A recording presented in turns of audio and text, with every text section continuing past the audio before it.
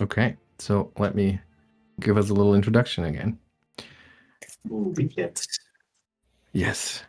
We're fading in from black, and we see a single candle lighting a room. The walls are clearly thin. You can hear the neighbors cough and the creak of the building settling as people move around upstairs next door. There's a very faint lapping of waves, so it must be near the harbor. And there's Matilda. Is it Matilda or Mathilda? I forgot to ask. I assume it's Mathilda. I don't know. Well, it's What is your the call. Brazilian It's pronunciation? a TH, so I assume it's Mathilda. It's a TH. Okay. So Sam, you may have not been. And this may be news to you, but we saw when Ketra went to the market to pick up an item that she was finally what's it called? Wealthy enough, I guess, to buy. She ran into a woman called Mathilda, who clearly did not think very highly of Ketra. So there is some bad blood between them, even though Ketra didn't really seem too aggressive towards her. On the contrary, when Mathilda and her many children left, Ketra made a point of accidentally, quote unquote, dropping 2 gold coins, which the kids quickly picked up before they disappeared into the crowd. Okay. So it is this. What's that? No, just saying okay. Okay. So it's this Mathilda that we see here at a table that's scarred by many years of use, and she's mending a shirt by candlelight. Her hands are rough, her eyes are tired, and a few children sleep in a bunk bed against the far wall, tangled together for warmth. And then the smallest one stirs and sits up and comes over to her mother with something clutched in small fingers. Mama, I found these at the market. 2 gold coins catch the candlelight. And Mathilda goes very still. Her eyes narrow. Her jaw tightens. And she takes the coins, turns them over, and she asks, "Where?" On the ground near the stall with the "Where?" And the child's voice becomes very small, and she says, The woman dropped then, the one with the stick. I saw her do it." And then for a very long moment, Mathilda says nothing, and her thumb traces the edge of a coin, kind of rubs them together, 2 gold pieces. That's about a week's wage at the mill before the fire, before that Scarnetti woman came and took everything that mattered. And she could buy meat, new shoes for the little ones, medicine for the cough that won't leave. And her hand closes around the coins. She clenches a fist. "We'll return them tomorrow." "But, Mama, tomorrow. Now sleep." And the child retreats to bed. Mathilda stares at the coins in her palm one last time. 2 circles of gold in an open hand, waiting. The candlelight flickers a little bit and shifts, and we blend over, and we now see torchlight. The light of the Sahedron runes on the walls illuminating this chamber. And we still have a hand, an open palm in the center of the frame, but this one is carved from red marble or some similar stone. And it's been sitting there for at least 10,000 years. It's the statue of Runelord Alasnist that looms above you with her ransor raised and her open palm, waiting for some kind of gift or offering. What do you do? You mentioned that the weapon she's holding doesn't seem like part of the statue. It looks like an actual weapon, right? That's right. Yes, the blade and the hilt are clearly not made of stone, and it seems to be lodged into the stone hand. It's not made from the same block of material.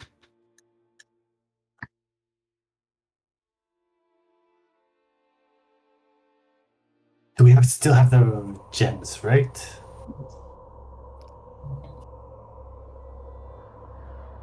Yeah. Two more.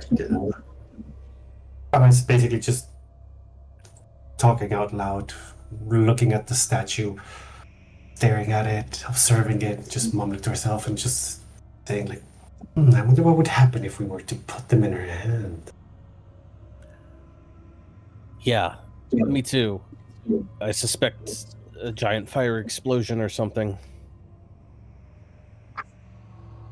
It almost looks like she's expecting an offering, but do we really want to give an offering to the Rune Lord of Wrath, responsible for so much pain and destruction?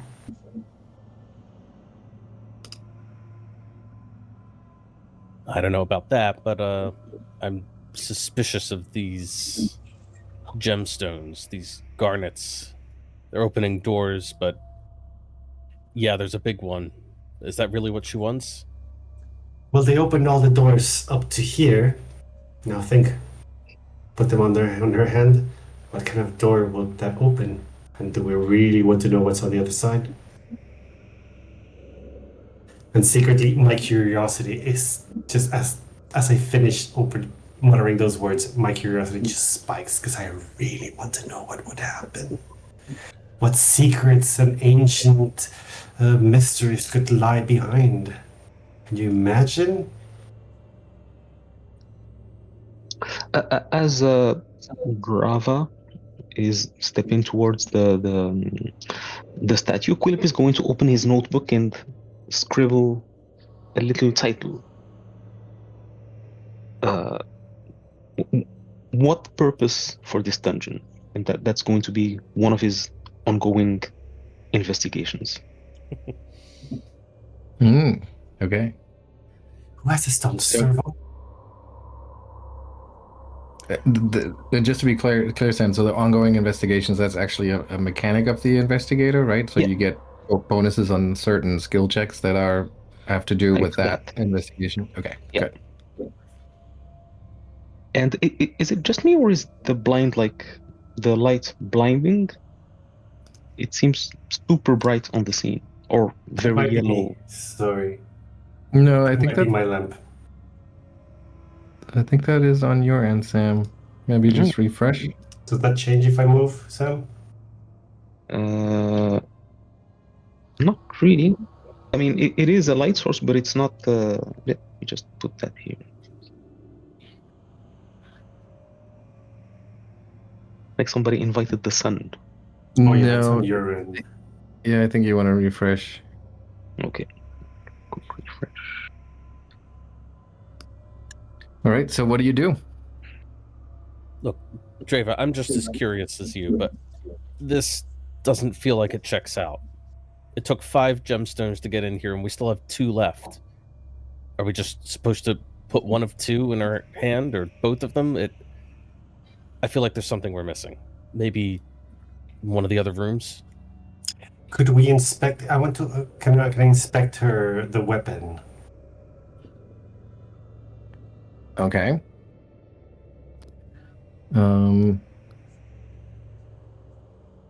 Okay, so you step into the room and you inspect the statue. I would think you probably carefully walk up towards it. You start looking at the weapon, very, very carefully inspecting it.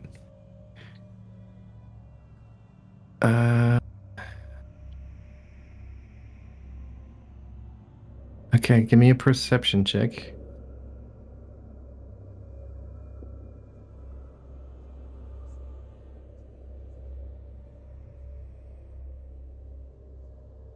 Perception.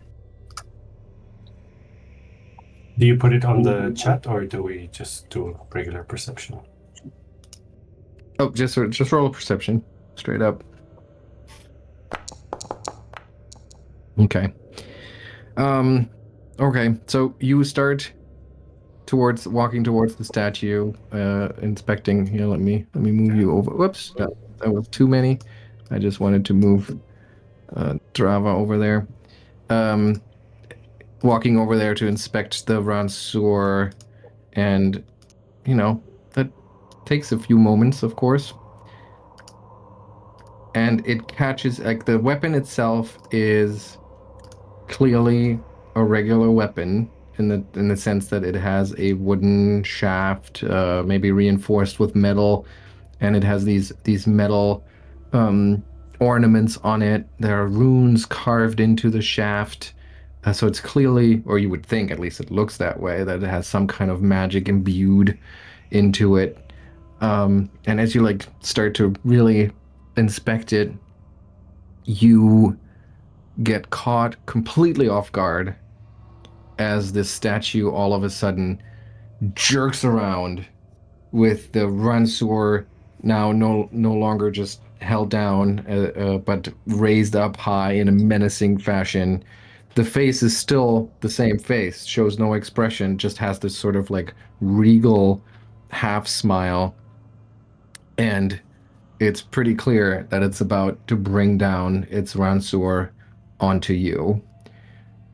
So let's use this as your initiative here, and we will roll initiative for everyone else as well. Quick question: how long has it been roughly since last fight? Not 10 long. We minutes? had the fight, then we went back to Father Santos, who healed us, and then told us, like, hey, if you get in trouble, don't come back to me because I'm all tapped out. Okay. Yeah. Well, Yep. So probably like midday, I guess, early afternoon.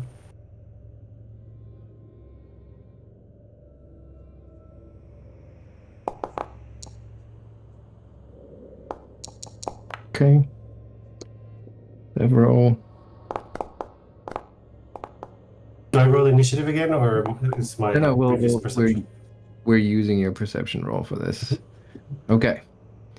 And Quillip, you're standing in the doorway here, but maybe you were already on edge and you were ready for whatever comes next. But you do get to act first here as you see the statue suddenly animate and reaching for a swing. well, he would like to figure out what is this? Is it I guess some sort of construct, but what exactly? Any more information? Okay, give me your perception, your recall knowledge. Oh, that is a good one. And that's actually a very good one. So let me bring up the bestiary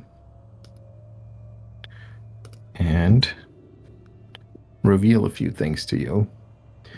So this is the Statue of Alasnus. That's pretty clear. You would indeed think that this is some kind of construct, not like an intelligent creature. And you can ask me 2 questions. Any weaknesses? I mean, you don't spot any that are immediately obvious. Okay. But I believe we do weaknesses, resistances, immunities. So that is one question, basically. So RWI.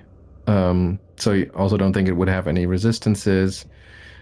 But it's probably immune to all the construct things. So I can just reveal those to you in the bestiary.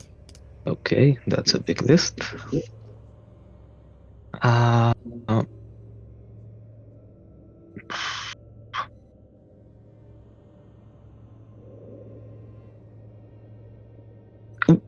would it be possible to try to figure out what it is expecting?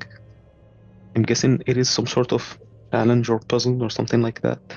Well, at this point, she has retracted her hand, so you get the sense that you probably didn't act fast enough. Okay, too late. All right.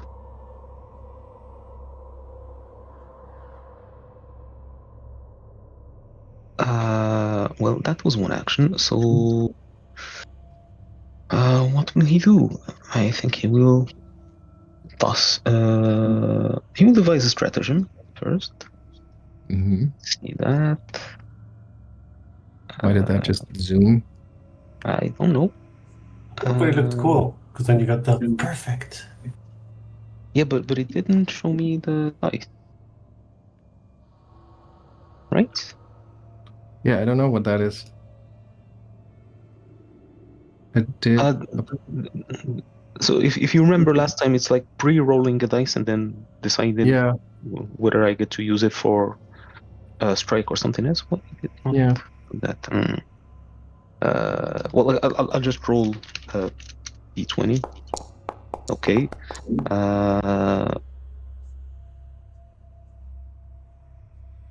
That looks like it should still hit, so he is going to make a bomb on the fly. Hold on. He's here. And he will make it. What?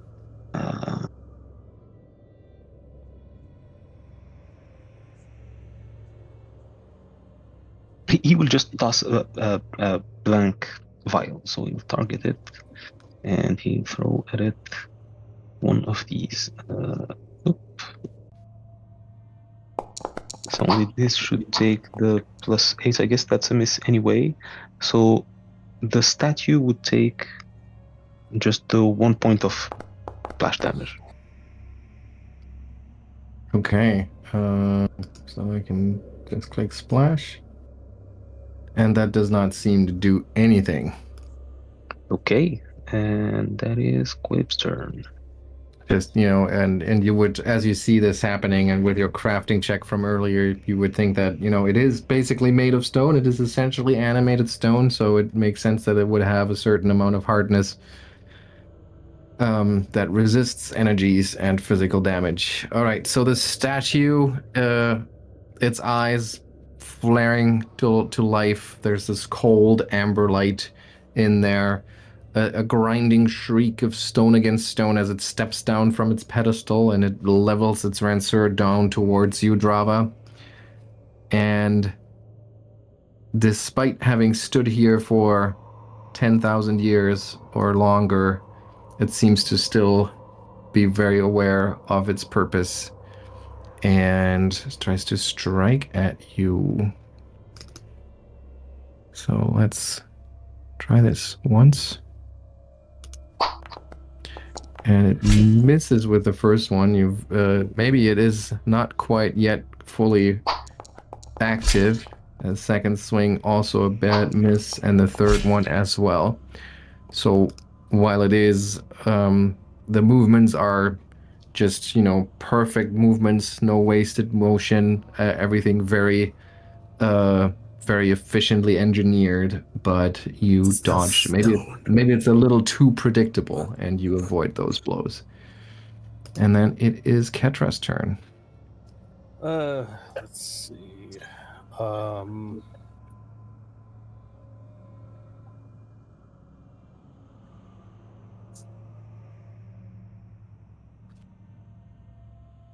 Can still use one, right?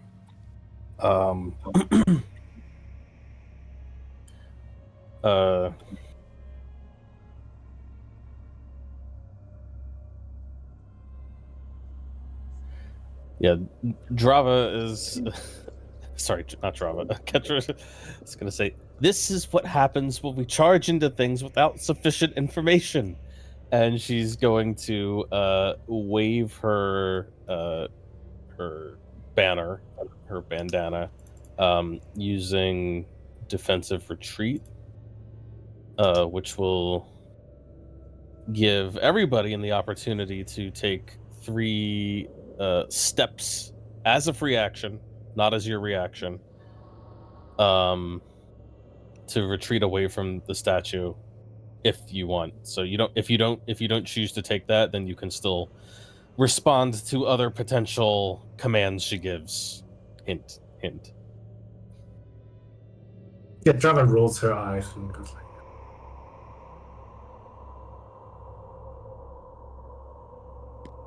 curiosity is stronger than your desire to flee. So Drava does not use the use the opportunity. How about the others? He does not. Quillip feels fine where he is. Okay.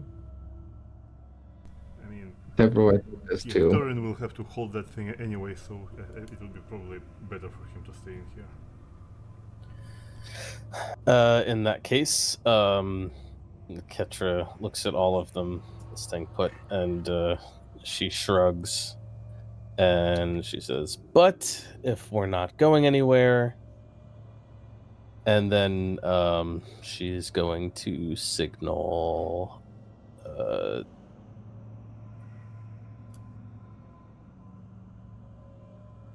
Let's do pincer attack. Everyone can step as they wish, and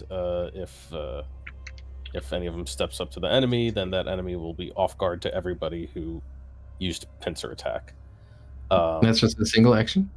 It's a single action, yeah. Okay, cool. So Ketra will use the opportunity to step forward. She'll also allow Toren to not use his reaction when doing this, Mm-hmm. Okay, thank you. just in case. I mean, we can step here, right? It's Yeah, I mean, it is technically a kind of like a step on a stair, but it is such a wide step that it's not really difficult to range. So yeah, you can step in there. So here's my question, Simon. It says that if any of your allies, it says signal all squad mates each can step as a reaction. Mm-hmm. So could Drava theoretically take the command, but then not step and still gain the benefits of the pincer attack? I don't know how that works. Well, does it say something like if they step, then, or what does it say? The only thing that needs to grant the off guard is one person who responded to pincer attack needs to be within range, needs to step into range. Yeah, signal. Each Or can. even more specifically to end their movement adjacent to the opponent. I mean, it does say that if any of your allies ends this movement adjacent to an opponent, so you have to step to count as the one giving it the off guard. Okay, yeah, I see. Yeah. No, but that's, I mean, so theoretically, I just stepped up, so I fulfill that part of it. Okay. And then the rest of it says, Oh, I see what you're saying. Yeah. all of your other squad mates who responded to pincer attack. So what I'm saying is, can you respond to it but not take the step? I would say so. Yeah. Okay, But the important part is that someone needs to actually make the move so that everyone has the benefit of getting the. Right. Yeah. Exactly. Yeah. So now it should, in that case, be off guard to Drava and Toren and me. Okay. Yes. Agreed. Okay. That's Ketra's turn. Okay. I'm gonna put it off guard because it's Toren. okay. Yeah, I might be. No, I can do it. No, I can't do it right now. Okay, so well, first things first, he will assume his mountain stance. Let me the actions. Energy emanation, mountain stance, use. Apply effect. Yes, there you go. I am in mountain stance now. I kind of want to try and trick her. I mean, I understand that it is a statue, but Yeah, but it is bipedal. It's not like anchored to the ground. It can absolutely be tripped. yeah, it's Go for stepped down on its own, so it might actually be able to be tripped. Yeah, give it a try. So please use the macro for it, and then we'll see that. Yes, thank you. And just make sure you target it. Excellent. And okay, it didn't work out. Yeah, maybe you like try to sweep its legs, but they're so rock solid. It's like you hurt your shin a little bit. Okay, but that was one attack, and I will do the flurry, the next one. So it will be it counts as an attack, so it will be with multiple attack with penalty. Why did the off guard go away? Oh man. And I suppose it will be also this.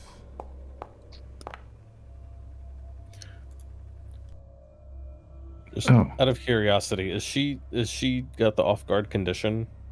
I was trying to put it on, and it says she can't be applied to this actor. So I got to figure out if Is that's this something to do with being a construct? yeah, but it doesn't seem like that's true. So we'll just gonna have to keep that in mind. I don't see it here in the construct. And it's not something to be her being mindless.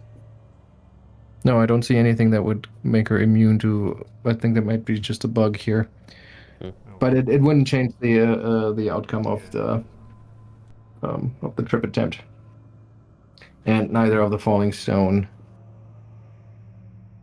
Okay, so it's Sevro's turn. Sevro is second row here. The door is open to the room next door.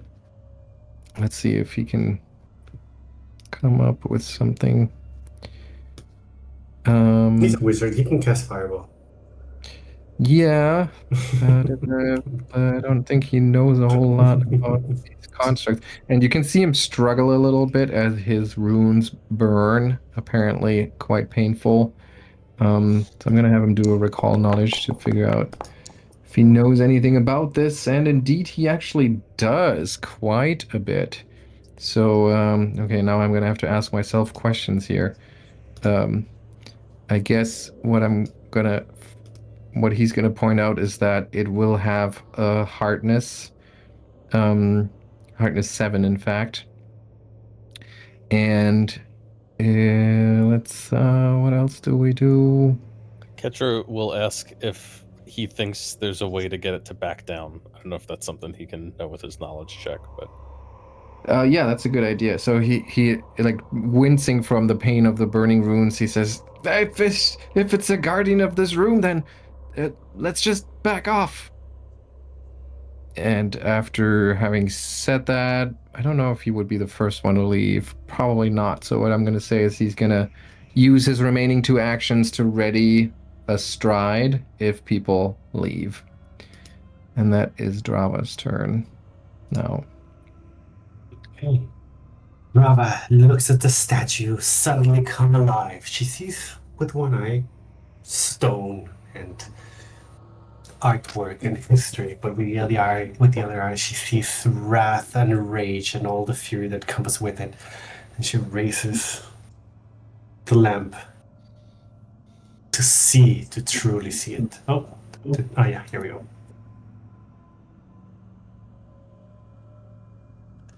I could never get them right. Okay. I shine my light on it, and all it shows is stone. As I mixed stone from the lighthouse into my lamp, it doesn't shine the way I want it, but I can still exploit the personal antitheses. Yes. And I know that stone can be destroyed, so I will still attack it. Okay, I'm gonna have to refresh here. I'm getting like 3 frames per second. This is yeah, really... the same thing happened to me. Same, yeah. Was it better after refreshing? Nope. That is strange. What's going on there? I'm guessing too many light effects or something. Maybe. Too many auras. I don't think. I mean, we didn't have that problem Fine last for me. time. What's that? It looks fine for me. Okay. It actually lagged for our game today as well on my end. So I was advised to clear the chat. So maybe it could be the culprit here.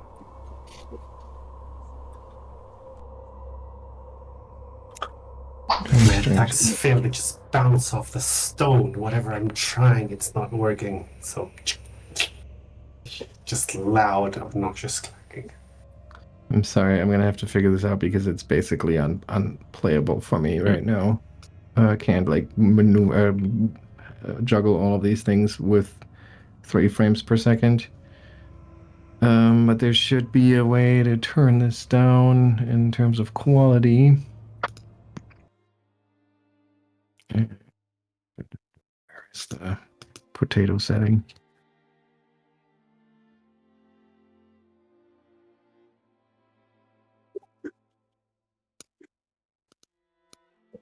Set my performance mode to low.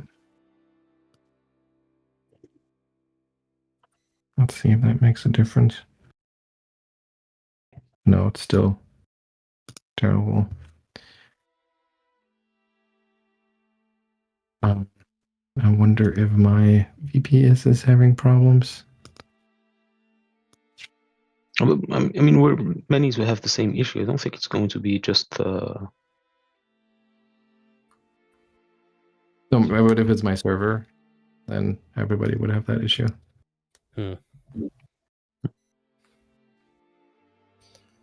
Oh, I need to reload first before the quality issues take effect. Well, it seems to be like on rendering, like locally rather than. Okay, that's good. So then, wouldn't make a difference. I just switched to Firefox, and it seems fine on Firefox. Oh, Okay, wow. well, let's try that. Is everyone using Chrome? Yeah. I I'm am on using Chrome. Firefox. I don't know I'm if on it's because you Firefox just and I changed got it. 60 FPS. You Yeah, do I have don't know if 60 FPS? It's looking fine on Firefox. Yeah. I'm just gonna reset my cache here, do a hard reload, and we'll see what happens.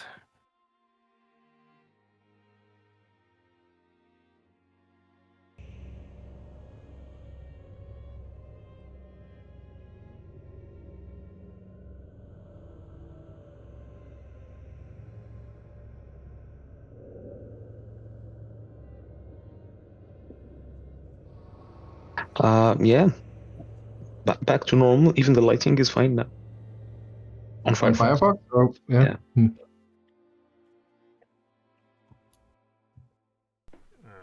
Give me a minute here. I'll try that in a minute.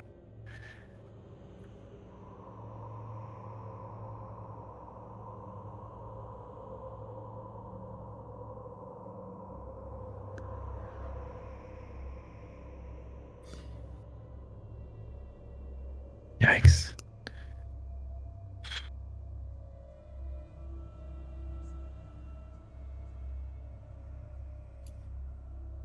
Okay, switching over to Firefox. Do I even have? But I didn't change anything to it doesn't really make sense to me that it would do that.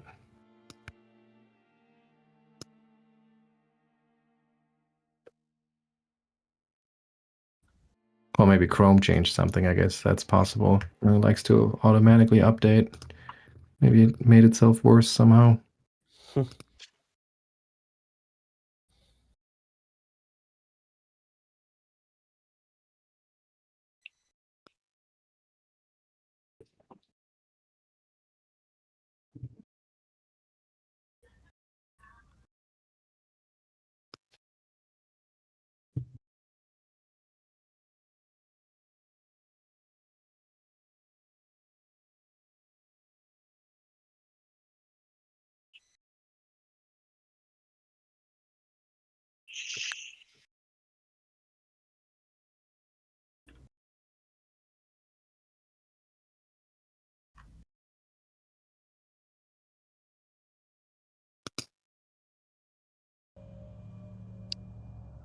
Okay. Because I'm still loading some assets here, but at least it's at 60 FPS.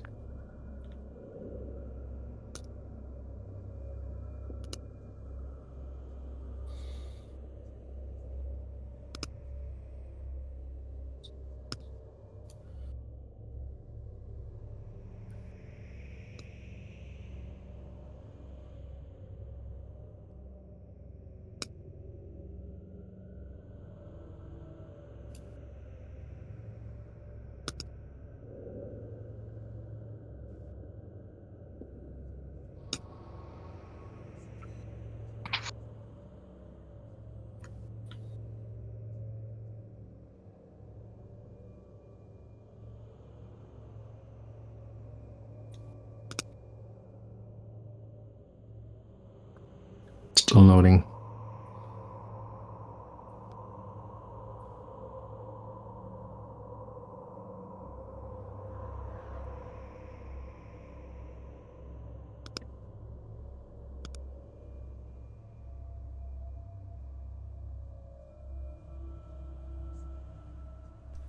So basically, the moment I've actually fixed my slow loading issues with Foundry, the loading slowed for everyone.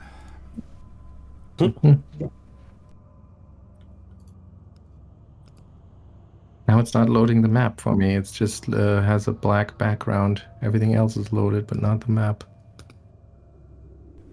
I mean, I've loaded, but I'm still on my Chrome browser, so it's lagging. I'm going to install Firefox as we speak right now. So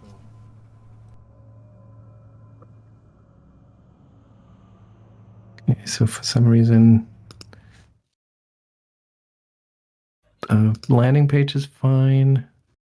The map is fine, like the Sandpoint map is fine. But if I go to the health store or to the dungeon map, it's just not loading the map. Damn it.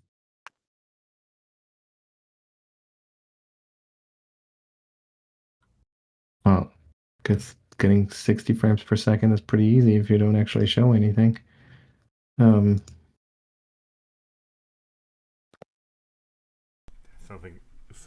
something is really weird. I can't even download the Firefox for some reason. I can click cancel, but I can't download it.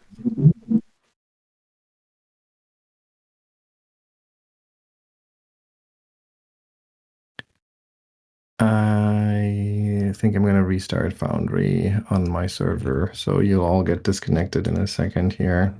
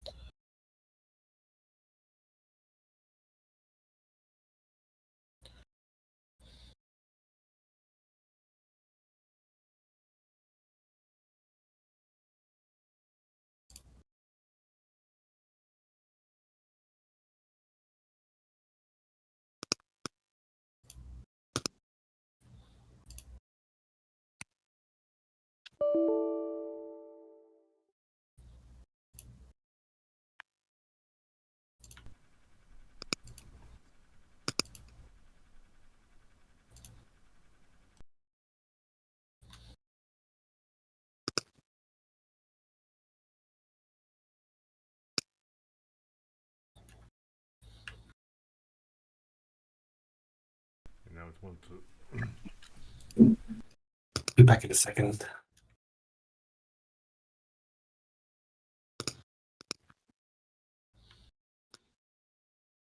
Okay, server is back online. I'm waiting it now to start the game.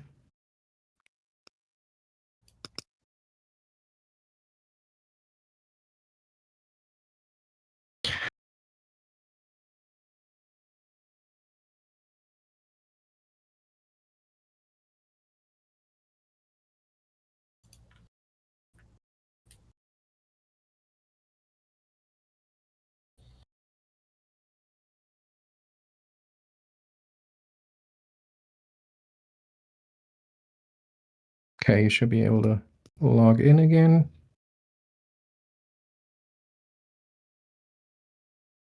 Yep.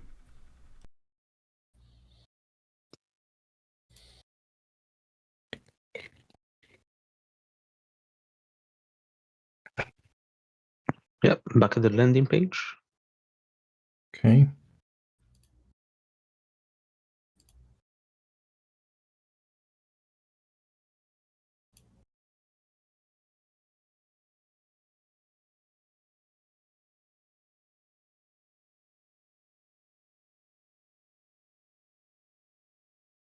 Okay.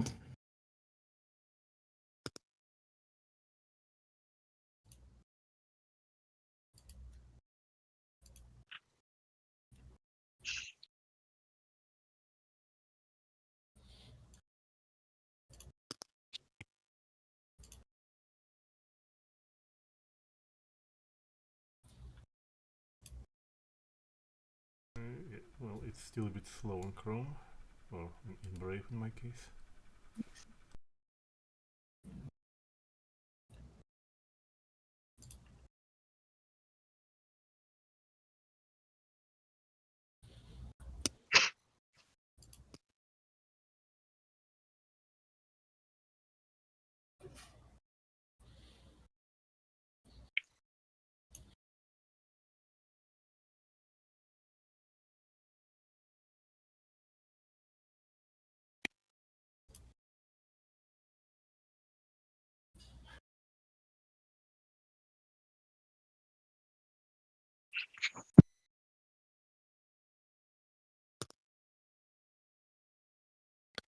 Still unplayable on Chrome.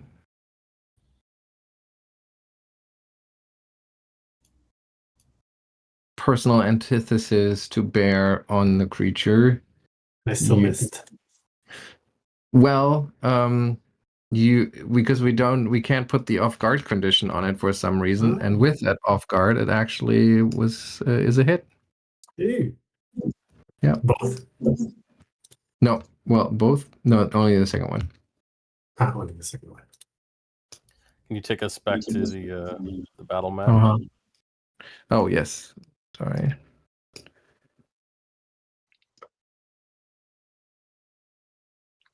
Okay, and you slam your short sword against the solid stone as hard as you can, and all you In a do way. is 4 points of damage.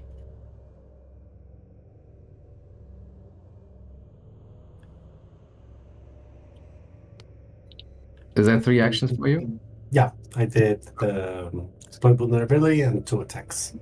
Okay, Quillip. Quillip is going to delay. All right. Then it's the statue's turn, and it has Drava here fighting it, so it's gonna try to defend. With swinging its Ranseur once again with just mechanical perfection, if not necessarily martial prowess. So it misses with the first swing and the second and the third as well. It's just basically like shung, shung, almost looks like it's just a pre-configured movement that it plays back. Mechanical. Yeah, but if it ever were to connect, it would certainly hurt badly. Let's Ketra. Yeah, Ketra is gonna call out. Maybe this isn't the best fight to take after all.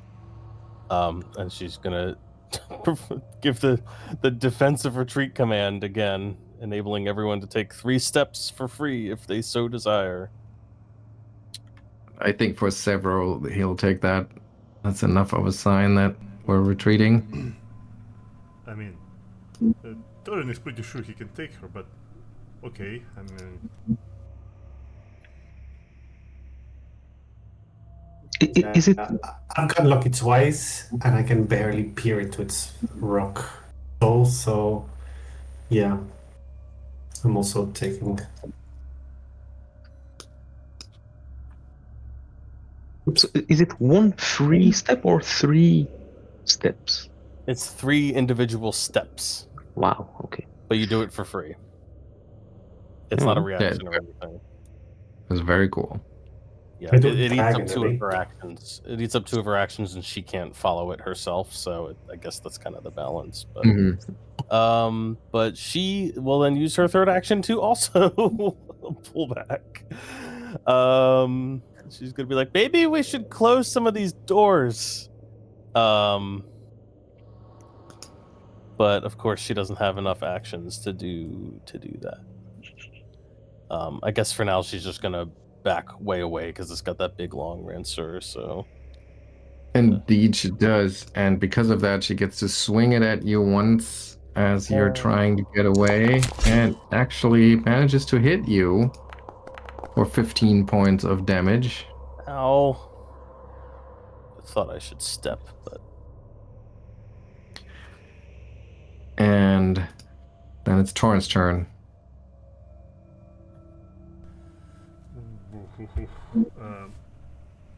Well, I mean, might as well. I mean, take a step.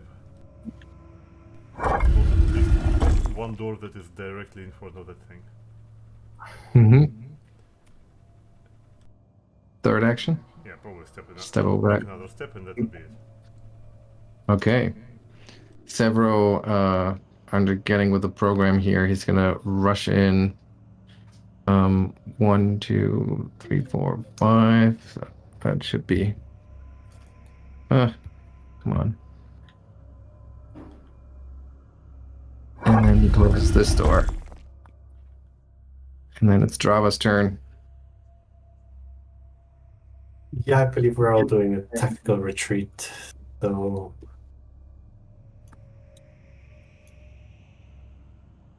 yeah, just moving away carefully, staring at it, wondering what did we miss? What did I not see? What did I fail to perceive that awoke that creature? So this was 2 action, 1 action. Do you have 2 left? I have sight. Actually, before I where sorry, I was here, right? Simply. I can't go back in. Sorry. So before my action, if I can, I still do the exploit vulnerability and then do the move action. You don't see it right now. Ah, the door is closed. Yeah. Okay, so then I'm just moving away, using all my Okay. actions. Yeah. Okay. Quillip. Everybody came out. I think he can vaguely see.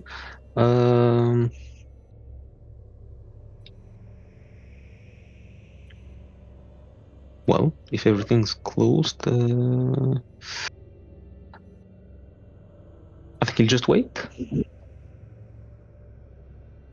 Did you just step there and then wait? Yeah. Is that what you do? Okay. All right.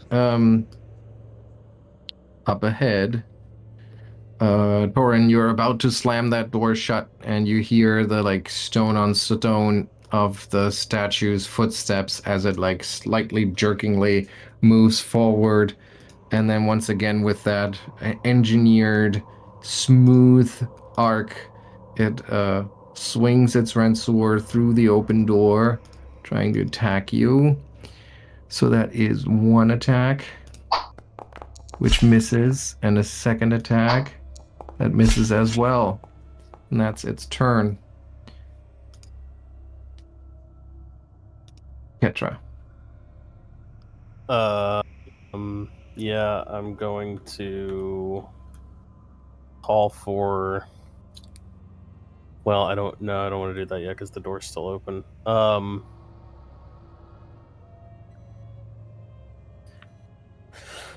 She is just going to step back, stepping, and then ready in action to close the door here if Toren comes through.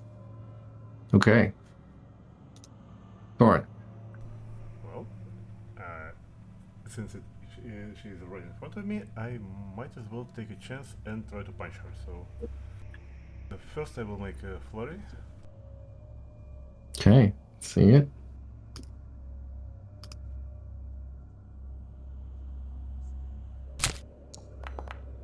Ooh, and your fist connects. You hit the rock hard. I would assume it would be immune to being stunned, so we'll not bother with. That's correct. And as you like slam your knuckles into the red marble-like stone, there are like little chips of that stone fall away, but there's just more rock underneath. It looks like it's solid all the way through, as if it's just carved from a single piece of rock. And Thank you. Oh, right. I should have waited for the second roll, but nonetheless, Yeah. that is And all the damage you get. as Toren winds up his third punch, he instead slams Okay. Sevro Alright. is Wait, I still coming. have one action left. He will step backwards. Oh, okay. Right. Yeah, no, it's And Ketra will shut the door. Right.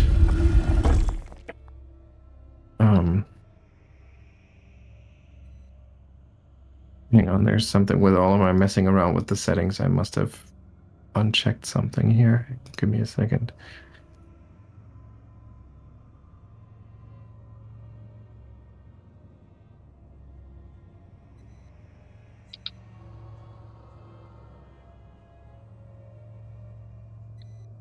There it is.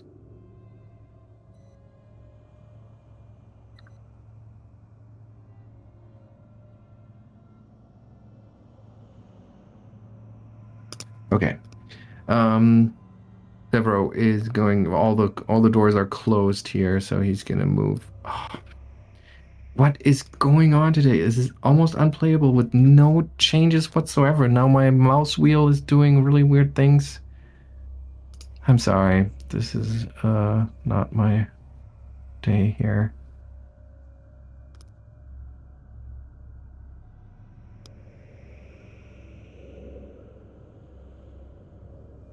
Okay. Oh, I think that's because I reset my data previously, so it dropped all of my settings. Great. Anyway, so he uses his stride to get out of here, and he will use his second stride to get out of here as well. And then he doesn't have enough actions left to ready closing the door, but he's going to make some room so that somebody else can. And then it is Drava's turn. And we are rolling out of here and looking for what we missed.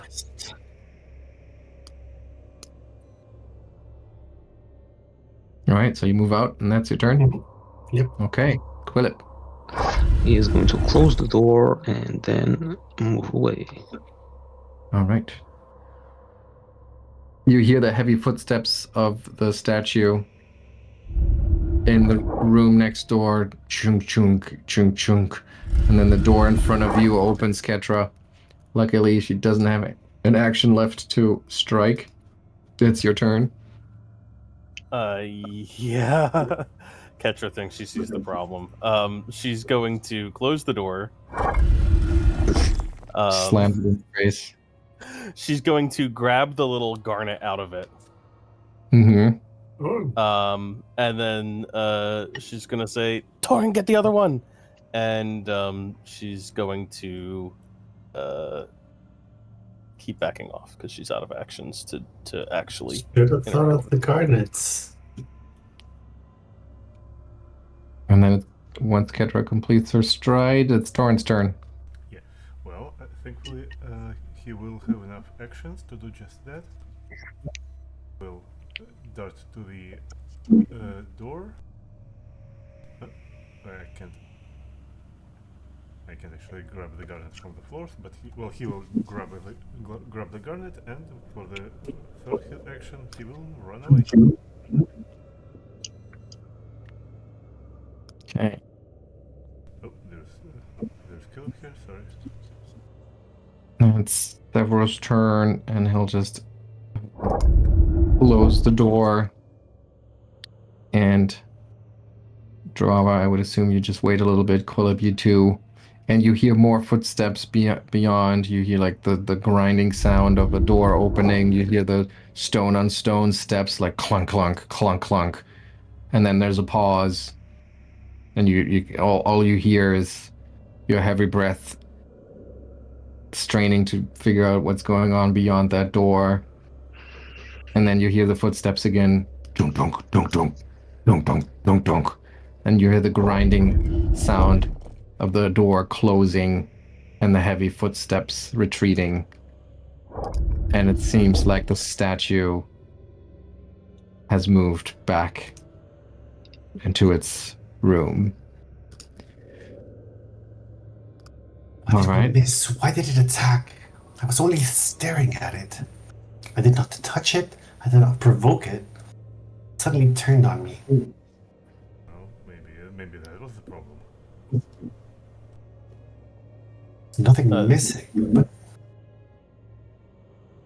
makes no sense. Simon, just can you remind me? We didn't use a stone to get through this first door, right? Correct. Okay. Well, I don't actually have the garnet on my sheet because I couldn't pick it up from the ground for some reason. But Yeah, that's okay.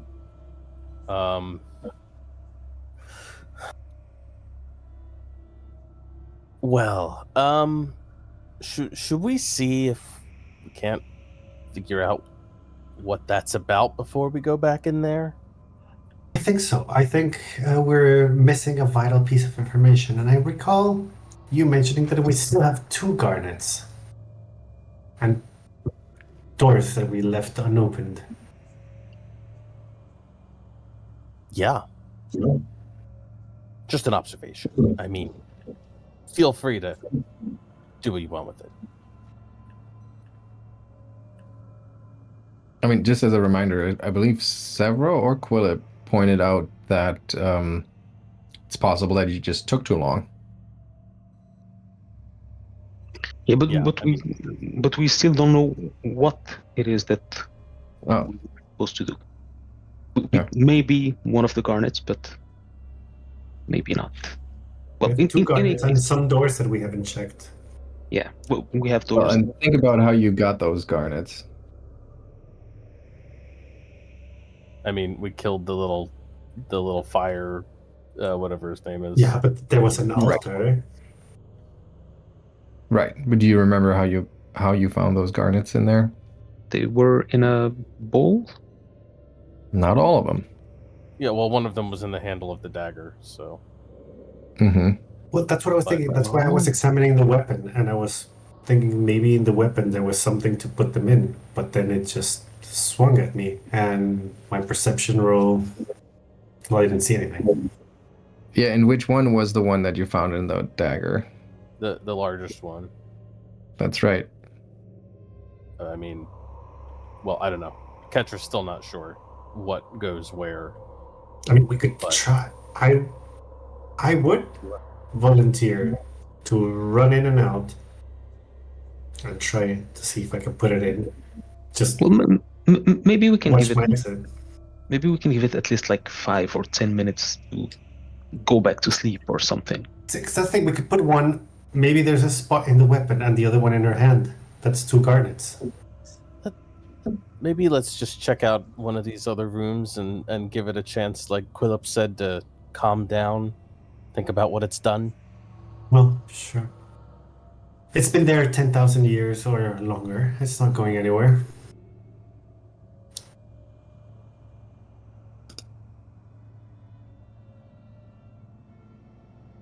Sevro, why don't you open that door? Sure.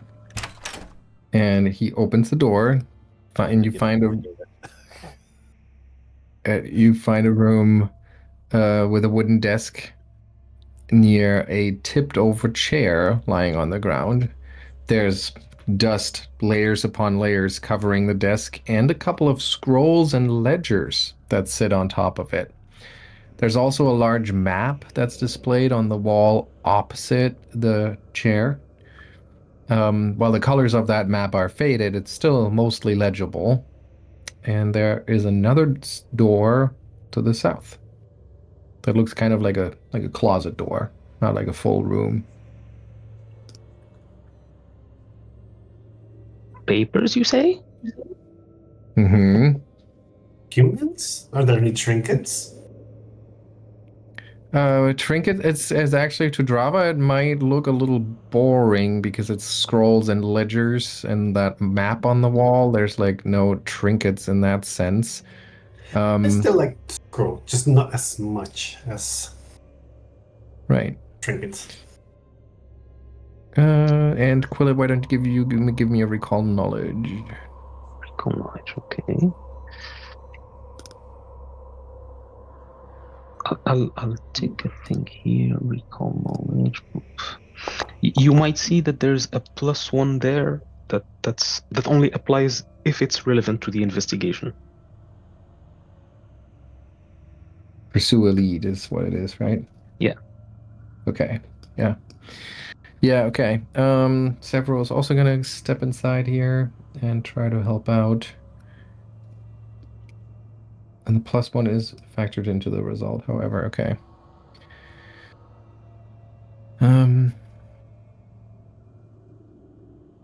Okay. So the notes and ledgers on the table, as soon as you disturb them, they pretty much crumble to dust. So there's really nothing you can learn from them. And Severo, however, helps you make sense of the map on the wall a little bit. The map has a bunch of labels on them, and they are in Thessalonian, which is why you need some of Severo's help, because he can actually decipher them.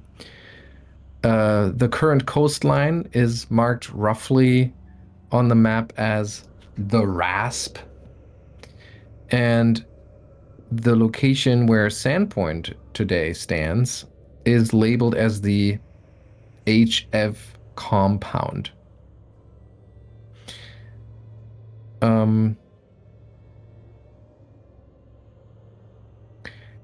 You see that, or putting the notes and the labels together, you make sense of it to the extent that you understand that there was someone here, like a commander or a captain or something like that, named Jasker, JH. Here, let me put it in the chat. And just before it all ended with Earthfall, Jasker had been tracking locations where he suspected that Rune Lord Karzook had set up nearby bases of operation. You know, because he was one of the main, if not the rival of Elasnist, so it would make sense to kind of do some opposition research here and keep an eye on where he might be setting up. And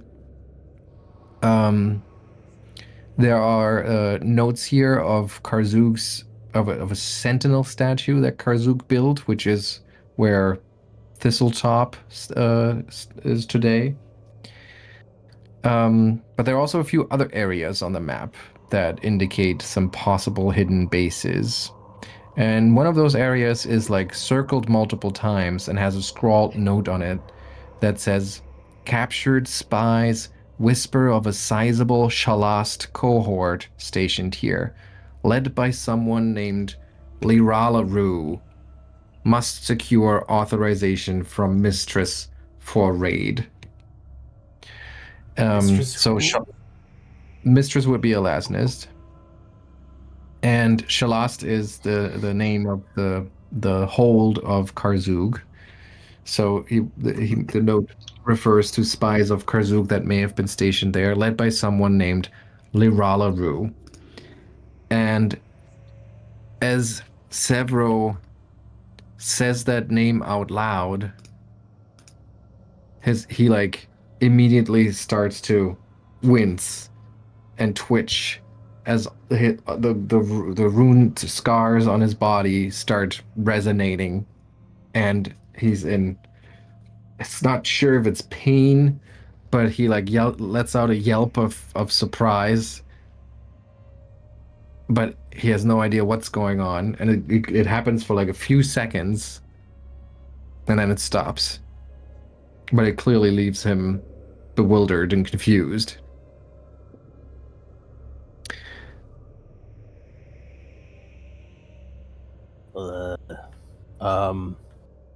I almost slipped into Bark's voice for a second.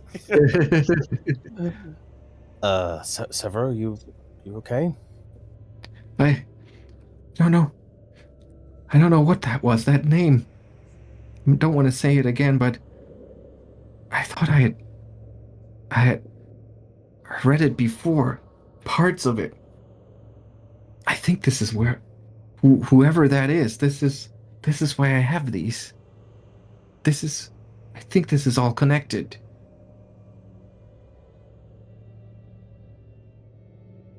And as he says that in a voice that kind of echoes with red string on corkboard. It's just like, it's all connected. It's all there. They laughed at me, but I'm sure it can't be a coincidence. Right. Ketra looks to the others, like Drava, like, do you know what he's talking about? Does Drava know what he's talking about? With my, so I know about Sandpoint lore, but I also know occultism, arcana, esoteric. Like, does that? Yeah. I mean, this is very personal to Sevro, apparently. And he, I mean, you did share some adventures before we got together for this particular mission here, so maybe, and I don't want to lean too far, or go too far with Matt not being here, but I think it's likely that he shared with you a little bit about how he got these scars, these like rune-shaped scars, and that he had that really like just sparked an almost physical need to figure out what these scars are, what these runes are, what this voice is that he heard when he got these scars that told him to hang on, where is it? Yeah, that whispered to him saying, "See me and remember me." And I forgot where that is. Oh yeah, there it is. He may have also shared with you that he had been trying to make sense of this and of this like 8 hang on yeah, that he was trying to make sense of it, and that all he had ever found was a partial fragment of a name as he now understands, and a title, the apprentice architect of the Flume. Flume. That could be the lighthouse. Yes. So yeah. So again, I don't want to take this too far because Matt is not here, but Yeah. Sevro would immediately just kind of like perk up, and that name would trigger something in him. The map itself, by the way, in contrast to the ledgers and nodes on the table, that, as I've said, as soon as you disturb them, they just crumble to dust. But the map itself has been remarkably preserved. Maybe it benefited from the general preservation magic being hung up on the wall, and it's probably worth quite a bit to an interested collector. So I'm going to reveal this here as a treasure, and you should be able to take it out of there. But I'm pretty sure that Sevro is going to pocket that. That makes sense. Yeah, so I guess as he's talking about it, about the name, about it all making sense, about how they all laughed at him, and how this will show them, he like carefully removes it from the wall, rolls it up very carefully, and finds a place in his pack to stow it for now.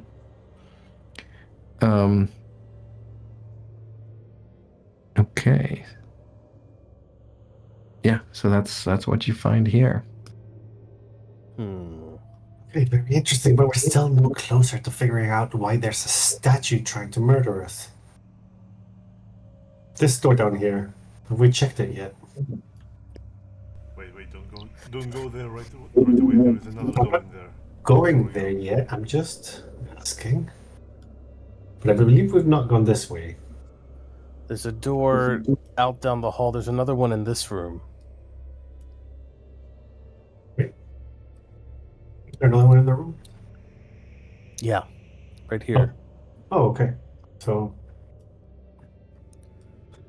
Quillip will reach for it.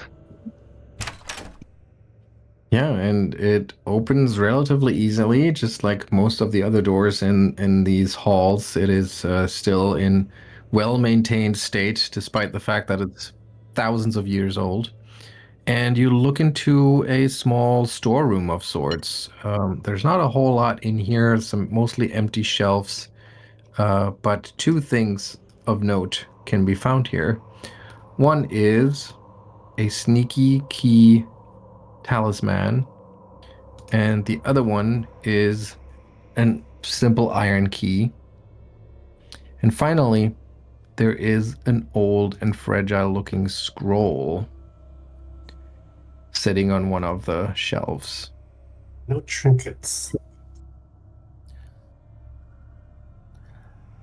I don't know what I'm looking at. I think someone else should take a look. Quillip, you want to? I think Have a that's Quillip and Sevro territory. Oh, it's really just a 5 foot square. It's a closet. Yep, it's really just a closet. I think Quillip is going to snatch the sneaky key if he So you recognizes what asked that is. me, hang on, I- you I- asked me to I clicked- identify something I here. just clicked on the button. I didn't realize that's what it would do. But yeah, if that's Well, hang on here. So how does this item look for you right now? What is it called? iron key. Okay. Interesting. Okay. Yeah, no, we're good. And so that's just an iron key. And as I've said, there's this old and fragile looking scroll sitting on one of the shelves. And then the other one, it's a small silver key that's pretty easy to identify as a talisman instead of an actual functional key. Ooh. Well, the sneaky key, I have a mistake. Quillip would like to take that since he knows his way around block a little bit, unless somebody else would like. I can't see what's in there, so you can go ahead.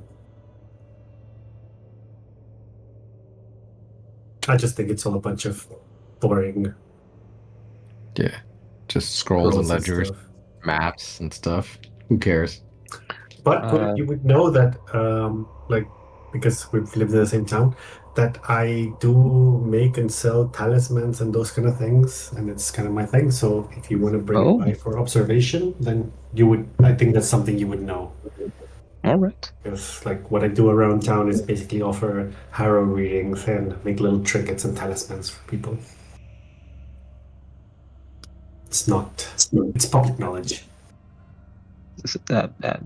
Sevro, since your hands don't seem to destroy paper, can you take a look at the scroll? Sure. And Sevro steps up, and being asked by Quillip explicitly to handle it carefully, he very gently unfurls the scroll and says, "Oh, yes, this is also written in Thessalonian. Amazing." And then he reads it for a little while. His mouth moves as he tries to translate it, and his eyes narrow a little bit, and then finally they go wide, and he realizes, "Oh my goodness, this is it. This explains the whole thing. They called it the 3 steps, and apparently." And its mouth moves a few more times silently. And apparently, what they did was, when there were insubordinate soldiers, they would send them through the 3 steps, giving them the wrong instructions, the wrong garnet for the last room, the smallest one, and he reads it like 2 or 3 more times. Oh my! They just let the statue kill them for simple insubordination. That is truly outrageous. All that anger and hatred. All that wrath. Yes, I guess, yes, you could say that. Yes, that makes sense. I guess it makes a lot of sense, actually. So, but I think that explains it. Yes, it is the lowest value to highest value, 2 in the first, 3 in the second, and then place the last one in the palm. And only Only the worthy ones would find the truly valuable one that's hidden in the dagger that they're handed to defend themselves. And I very We put one in carefully the hand that still leaves back one. up. That one in the dagger. Sorry, what was that? We put one in the hand, and that still leaves one. The one we put in the dagger. No, you did not put any one No. in the hand. Oh, that- is I mean, we saying that could- they would trick them. There would only be one small one left, and they would think that's what they're supposed to give to the statue. But the big one hidden in the dagger, that's what you are supposed to give them. Give the statue. Oh, now we know. Now we know. So you were right. At least we know not to give it the small one, I suppose. Well, do we want to check the other doors, or do we want to go back there directly? Well, now that we know, we might as well. So no one's taken the iron key that's Oh, sitting there. I thought Quillip took it. Quillip took the sneaky key, which is a talisman, but there's also just a regular key that's sitting on a shelf. I mean, whatever. Just take both keys.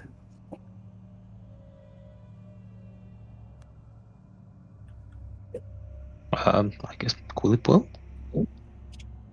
Who wants to be the keeper of the keys this game? Key master.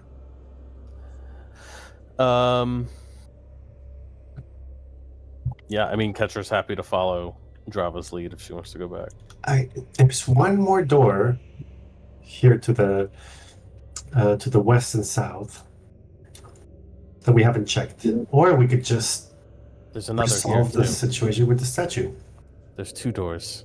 Yeah, there is one more here, but let's go ahead, Drava. No, let's check that one first. Quillip, it's closest, so we have to be methodical, otherwise we're just making a mess. All right. This is the direction we came through. Oh, We should check. well, this one doesn't want to open, and he'll I try think we have a few keys. He'll try the iron key. And lo and behold, it fits the lock perfectly. You twist it, and it springs open once again with remarkable ease. Unlocked. And you open the door, find a room that's once again covered with many layers, but not dust as much. It looks more like ash. And it sits everywhere on empty weapon racks in the room. There is an old sword and a small stack of arrows that's sitting on a shelf in the southeast corner. Everything else is gone.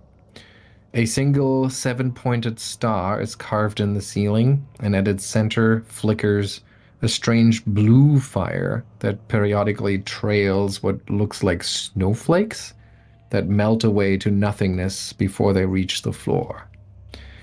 What appears to be a scorch mark radiates from under the door to the south, as if some great explosion sometime long ago burst into the room beyond.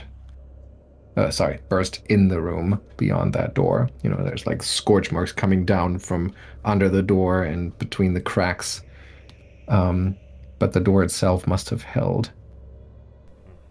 We saw one of those 7-pointed stars, and they were glowing. Were they also glowing blue, or were they glowing red? Well, these stars are actually the light sources on all the walls here, are these like 7-pointed star-shaped runes. But Yeah, this one's glowing blue. That's right, and that's different. Everything else was glowing a yellowish color. Sevro, it looks like there's something magical going on here. I agree.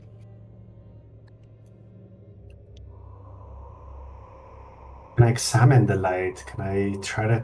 I'm fascinated with... I mean, I have my lantern, and fascinated by lights and glowing things and the effects they have. Can I? What do you do?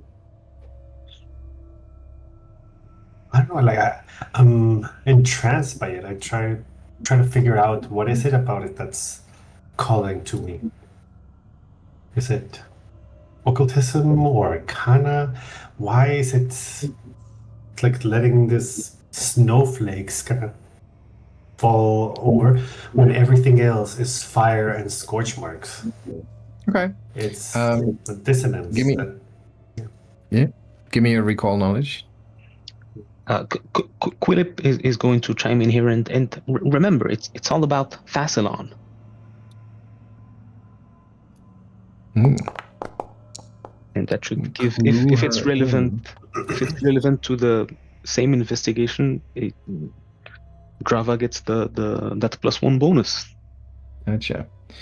And it looks like because if you shine the light of your lantern on the thing, then you get another bonus. So I would assume that you go in and you like bring it up to the ceiling to really inspect it closely. Is that right? What is it? What is it about this light? And you bring your lantern up, that violet light mixing with the bluish light that comes from the Sahedron, from the seven-pointed star in the ceiling. I think the contrast. Yes, and as you move your lamp along, you like get spooked for a moment there as the Sahedron's blue flame starts to flash brightly just for like a split second, and you feel like your knuckles holding your lantern and your along your arm, you feel how there's like this cold radiating from the seven-pointed star, and it's like a flash of really almost burning cold, but only for a very brief moment, and then the like blue light starts to sputter and fizzle, and then it just goes out. And given your rolls here, you realize that you may have just triggered an already kind of worn down mechanism or a worn down magical trap of sorts. And you're pretty sure that it's all gone now, but you definitely lucked out there. So whatever it was supposed to alert or activate, it's not alerted or activated? No, it's like you would think that when it was fully working, it would have probably frozen everything in this room, like flash frozen everything in this room, but it didn't have enough power anymore to do that and seems to be fully discharged now. And the room is now also just dark if it wasn't for your lantern. Curious.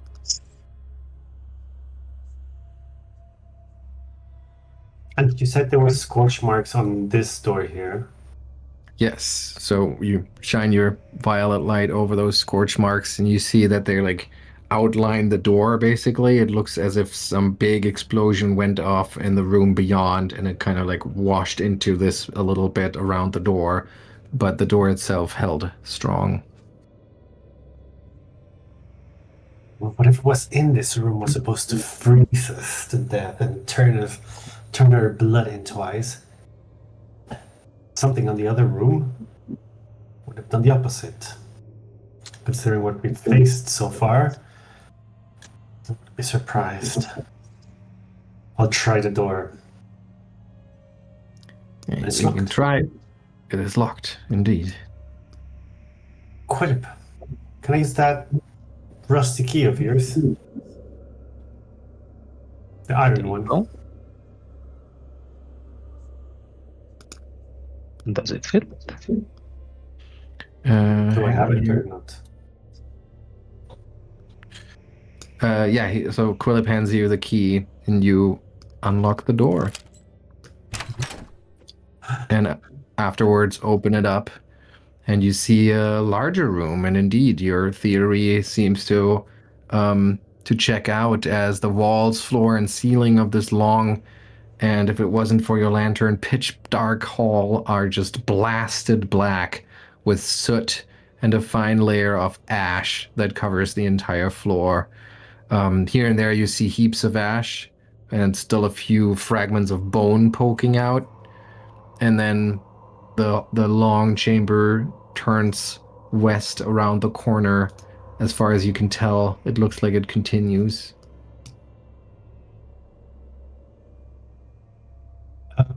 You said it's pitch black, so no 7-pointed star with no ominous.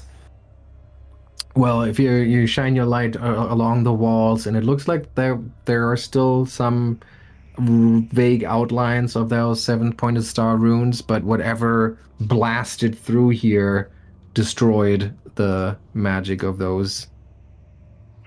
I take a careful step inside, precarious step, ready to jump back in, just trying to figure out the dimensions of this room.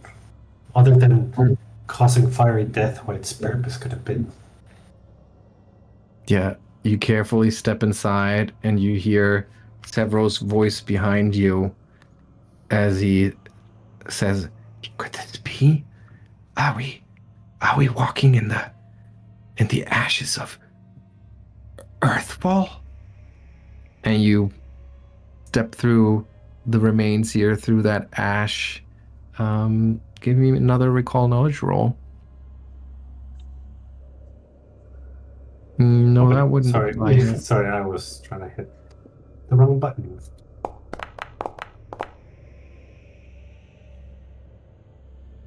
And you can also give me a perception roll.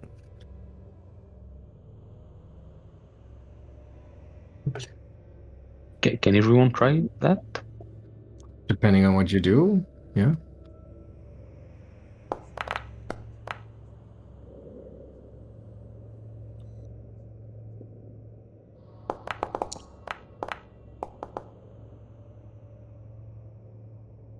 Okay. Private here. Hang on a second. Sorry.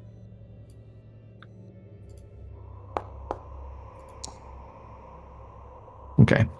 So as you walk through the room, Sevro gets visibly and audibly more excited as he lets some of the ash run through his hands, and he says, "Yes, clearly, this must have been done by powerful magical fire.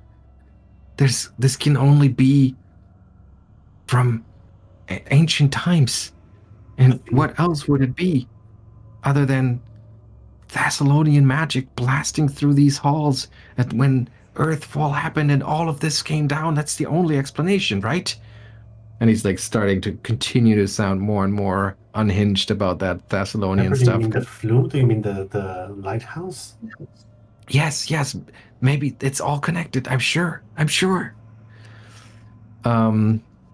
He did. Yes. Okay. So the rest of you, you look around, and actually Quillip, Toren, and Ketra, you all kind of notice on the eastern wall here. It's actually quite easy to spot when you really look at it, because the soot and ash kind of outline what may have once been a much better hidden secret door. There's clearly a section of the wall where there's some gaps that outline some sort of opening. And as you continue down the hallway here, Quillip, you notice or you see a tunnel that leads into darkness towards the west. It continues to be fully, tiled, and the walls are flagstone. It's still part of this complex, but as far as you can see, it continues on. And Drava, you notice in the light of your lantern another secret door of sorts that is much harder to spot over here. It's also, some subtle clues because of the soot and ash on the wall. Ash lace and the burn marks, and with the one eye there's this, how you have depth perception. Yep, and the others violet definitely eye do. with my amber eye, something doesn't quite add up. Yes, and everyone else just kind of walked right past it. Wait, there's something here.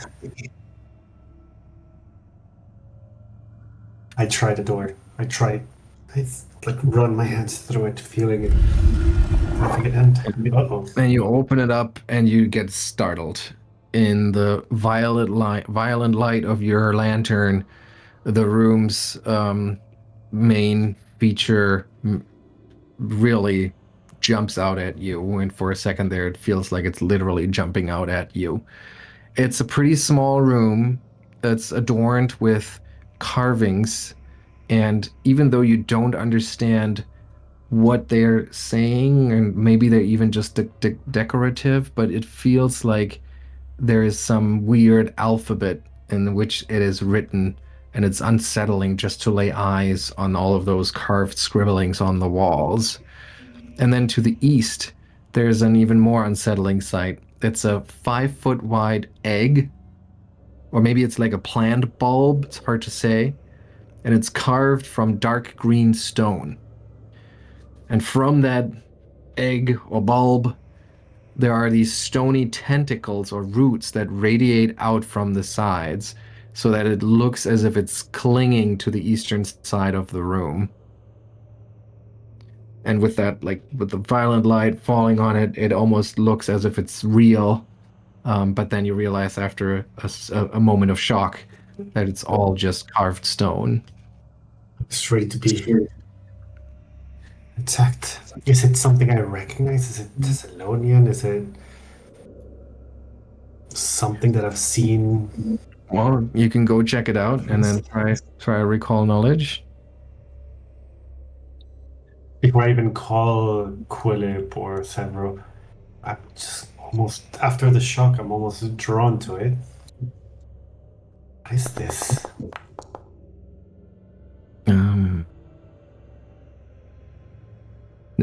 It's completely unintelligible to you, both in terms of the writings on the wall and in terms of the iconography of that bulb and those tentacles or that egg.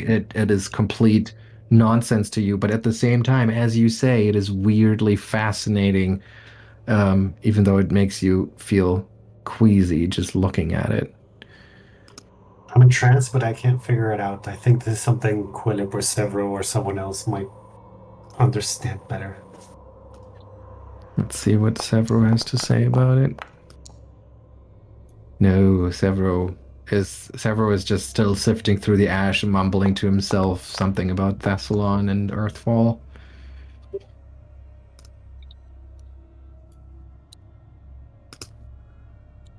Quillip, Quillip, it makes just as little sense to you as well. The writing, quote unquote, on the wall, that strange statue or icon, it seems completely alien to you. Well, sorry, Drava.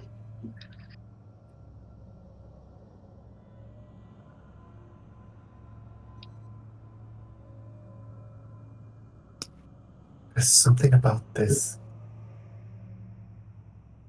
It's alien. And it doesn't look like any. I mean, I'm not an expert in Thessalonian lore and mythology, but it doesn't even look like their style, does it?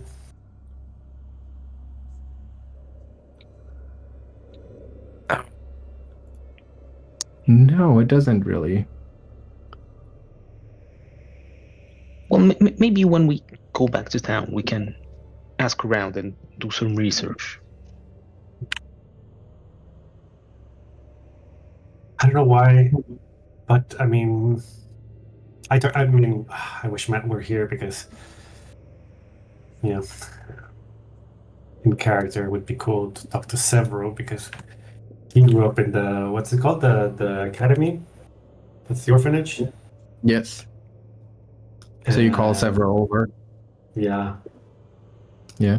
Because he's our local expert. He's connected to the runes. He's grown up with what's his name? I have it here. It's the headmaster Isoari Gandethos, yeah. So yeah, you call him in, and he's because he just kind of like looked over or peeked over Ketra's shoulder, standing in the door, but then he was more focused on the ash in the main room. So if you call him over, he'll come over and he'll take a look at it, and he says, and he looks around the room and he says, "This is weird. This is weird. It has to be connected somehow, but this does not look at all Thessalonian." It doesn't. Now, would you be comfortable in bringing Gadethus into this? Do you trust him to ask him about this that we've found? I know Gandethus, he's well, reserved with his information. He's always been quite shy with what he shares. oh, I'm sure the Rune Watchers will be delighted to learn about this. I will most certainly share it with them the first chance I get. I will rub it in their face. Believe me. Speaking of rubbing in their face, maybe you can take a rubbing of these rooms? I don't think I came prepared for that. There's little we can find out now, and there's still much to learn. Yeah. Let's continue. As much as it troubles me leaving something of this magnitude behind. And that it was hidden. Even hidden within hidden within hidden. That is what most intrigues me.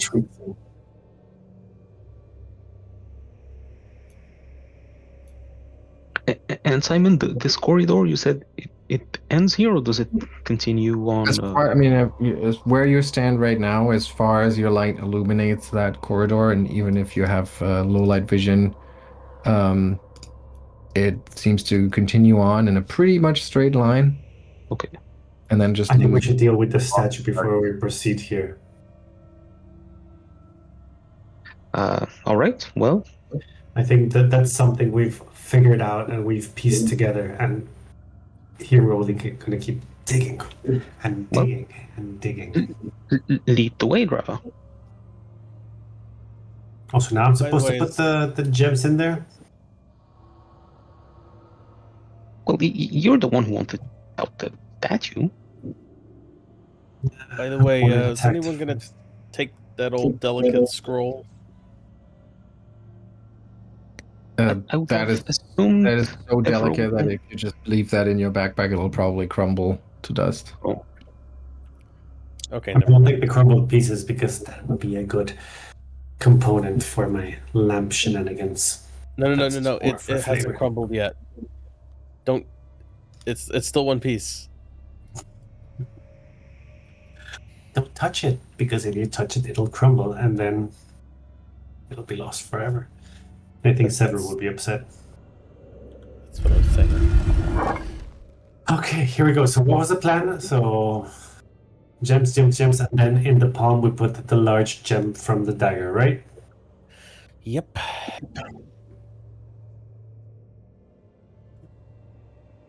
Heal myself. Prepare for the worst. Drava, you move into the room. You put the first garnets into the hand or into the little baskets hanging from the handles, and you feel this like scratch in the back of your throat.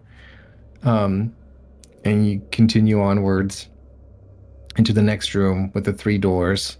Once again, you take the next size category of garnets. You put them into the little baskets if they were missing still, and feeling like lots of tension. You open up that door. You see that the statue has returned to its pedestal, once again in the same position, hand outstretched, palm facing up, as if waiting to receive some kind of gift or offering. And I place the garnet, the large one from the dagger. You take the large one from the dagger, carefully place it into the hand, sweat starting to pearl on your skin, and the hand, as it receives the garnet, slams, like claws it basically, clenches the stone, and then drops its arm, drops the Ransor in a non-threatening way. It's just pointing down to the ground at this point, and it continues to just silently stare ahead. And that's it. I might clench my blackened fingers, tense. My hand still lingering over where I just dropped the garnet, and nothing happens. I stand there for a minute, waiting, almost expecting it to suddenly come alive and swing at me, but nothing happens. Maybe that did something to the other door we haven't checked out yet. I still raise my lamp, examine it, see if I missed anything. I can see where I chipped a bit of stone, but does anything else pop out? Aren't you going to Give me another pick up the Ransir? Yeah, you can give me another perception check. And Toren, did you say you pick up the rapier? Or is that what you do? I was asking if Drava was going to pick up her new weapon. No, that's not the kind of weapon for me. Yeah, but I mean that is, as you inspect the statue, yeah, you do see the little pieces that had crumbled off, the spots where Toren had hit it, the spots where you had like chipped away some of the red stone. But other than that, you just notice that indeed you could pry the Ransor from the statue's fingers if you wanted to. And I just take it just to remove it from her and to study it. Mm-hmm. I'm Give me not another. pocketing it or anything, but yeah. Yeah, give me another perception check. Perception check.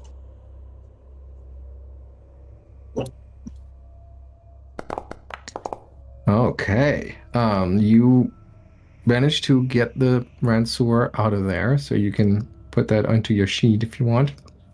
It's a marvelous weapon. It's well balanced, covered in various runes. But you notice, as you move it around and let your hand run over the haft, you realize that it has a hollow section. And you manage to open a panel near the Ransor's base to reveal a hollow, tube-like interior that contains 3 scrolls. And as Sevro will be able to confirm, it is a scroll of Wall of Fire, a scroll of Weapon Storm, and a Consecrate ritual. Well, the ritual is of my interest. The scrolls I find interesting, but there's not much I can do with them. And at this for the point, weapon, I feel I should bring it to Sandpoint to someone to study it. and at this point, you have earned, I believe, 80 XP. Let me double check that here.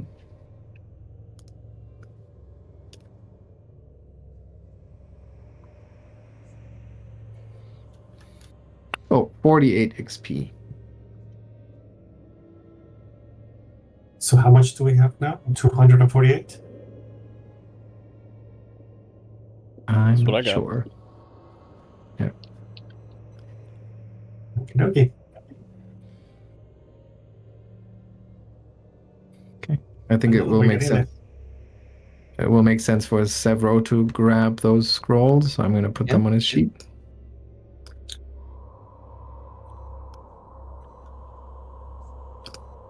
Ketra has been a bit quiet. Is she eyeing the weapon like a bit like suspiciously?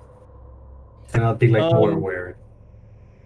Not really. I mean, she's she's not a Ransor type of gal, and also I think it's got a hollow handle, so she's kind of like probably not very useful as a weapon. But yeah, she's letting the nerds do their thing. Okay. I will propose before we continue there's one more door down here that we haven't checked. I mean, actually, I guess there's no reason she couldn't take the Ransor. She should be proficient with it. And is it considered an advanced weapon or something, or is it still just? But I don't know if you should have it. I'm not sure I trust you that much yet with a striking Ransor. You're still the enforcer of the what were they called? Scarnettis. Scarnettis, yeah. The weapon itself is technically a common weapon in terms of how to use it, but obviously this particular one is quite the valuable artifact. But is it martial or is it? It's a martial weapon, yeah. Okay, well then it would. Ketra could wield it. Yeah, but if Drava's going to be that way about it, she just rolls her eyes. She's like, "You." Yeah, I'm not sure. I want to get Father Santos' opinion first, and maybe, Roderick's or, yeah. And of course, like if I don't show it to Vashali Voon, my friend at the Feather Serpent, before giving it away, he'll like I'll hear no end of it. So I'm gonna hold on to it for a bit longer. Nothing against you, just finders keepers. Quite the contrary. It seems like you have something against me.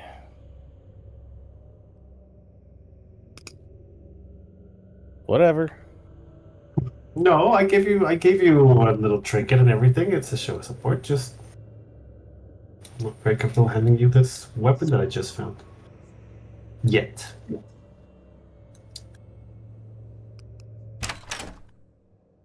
Open the next door. You open the next door and behold yet another small chamber, only 10 by 10 feet. It's an unfurnished room with a single carved star in the ceiling where fire flickers to illuminate the chamber. The floor next to the southeast door that you see bears a scorch mark. Makes sense, since this is where that blast would have also washed into this chamber. But there's also a statue looming in the southwest corner. It's pretty big. It's 7 foot tall, so it almost like hunches under the, I believe, 9-foot ceiling. And it's a nightmare rendered in dark stone. It has a bull's head sitting on top what looks like a vaguely humanoid frame that sprouts bat-like wings folded against its back. The horns look like they're made of gold. At least they have this like dull golden sheen, and it has not a speck of dust on it. It seems like. You can, even from across the room here, you can see that the craftsmanship is exquisite, but also deeply unsettling. You can see every muscle, every fold of leathery wing. It's carved with incredible precision by someone who clearly revered whatever this thing represents. Recognize a figure? Some mythology or something? Sure. You can give me a recall knowledge.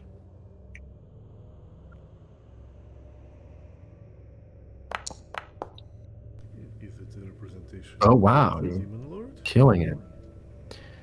I can't see my rolls, so Yeah, that's fine, but you are killing it.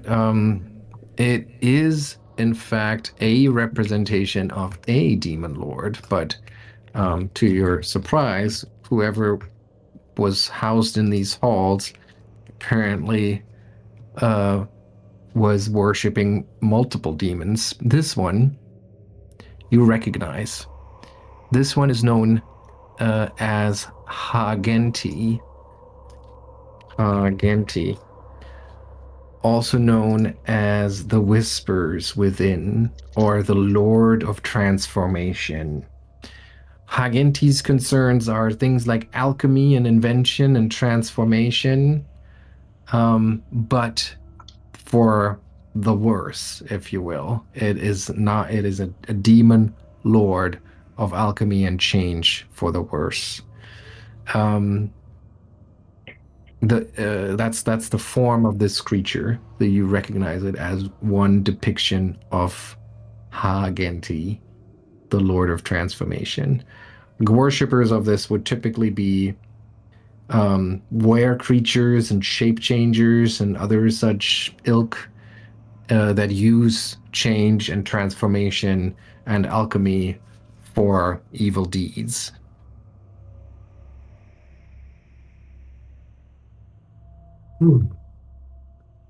And it's inside this 10 by 10 room. Like we just don't see it on the. It's not represented on the map. Yes, indeed. Oh, I see. You moved in here. Okay.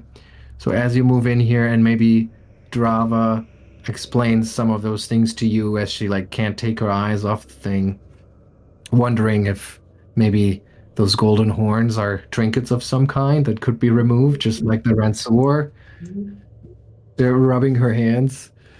Um, Suddenly, the golden horns flare up, Oh, no. and a grinding sound fills the chamber as you once again hear the unsettling sound of stone grating against stone, and the statue's head starts to turn, and it looks at you with its eyes that you could have sworn were just empty sockets a few moments ago, and now they're burning with a cold radiance.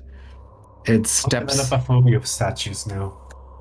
yeah, it steps off its plinth, and you realize with horror that it moves with the fluid grace, not of a statue, just like the uh, depiction of a Lasnist, but of something much more fluid and alive.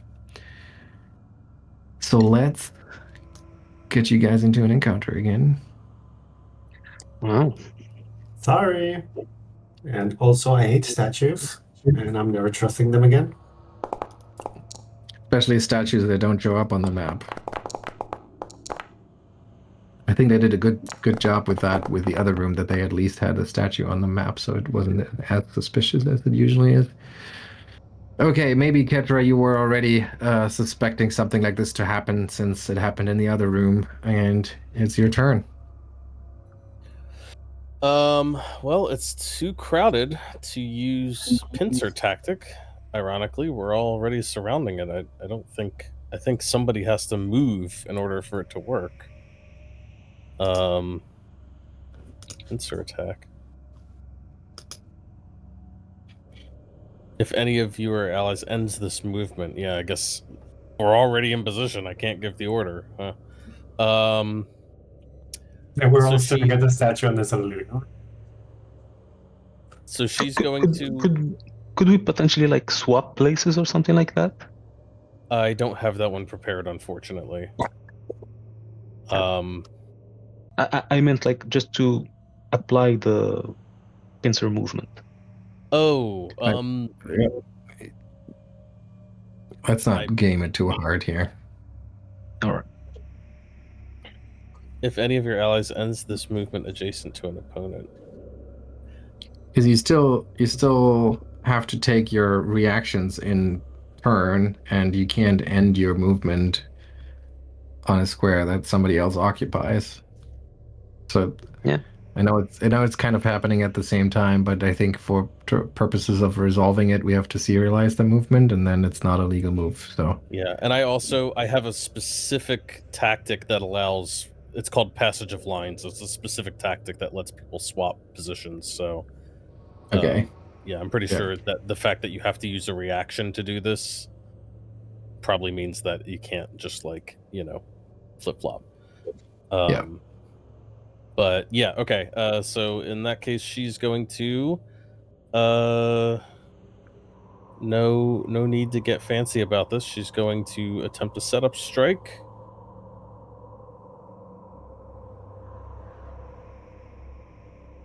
Oh, does that actually make the strike for me? No, it doesn't.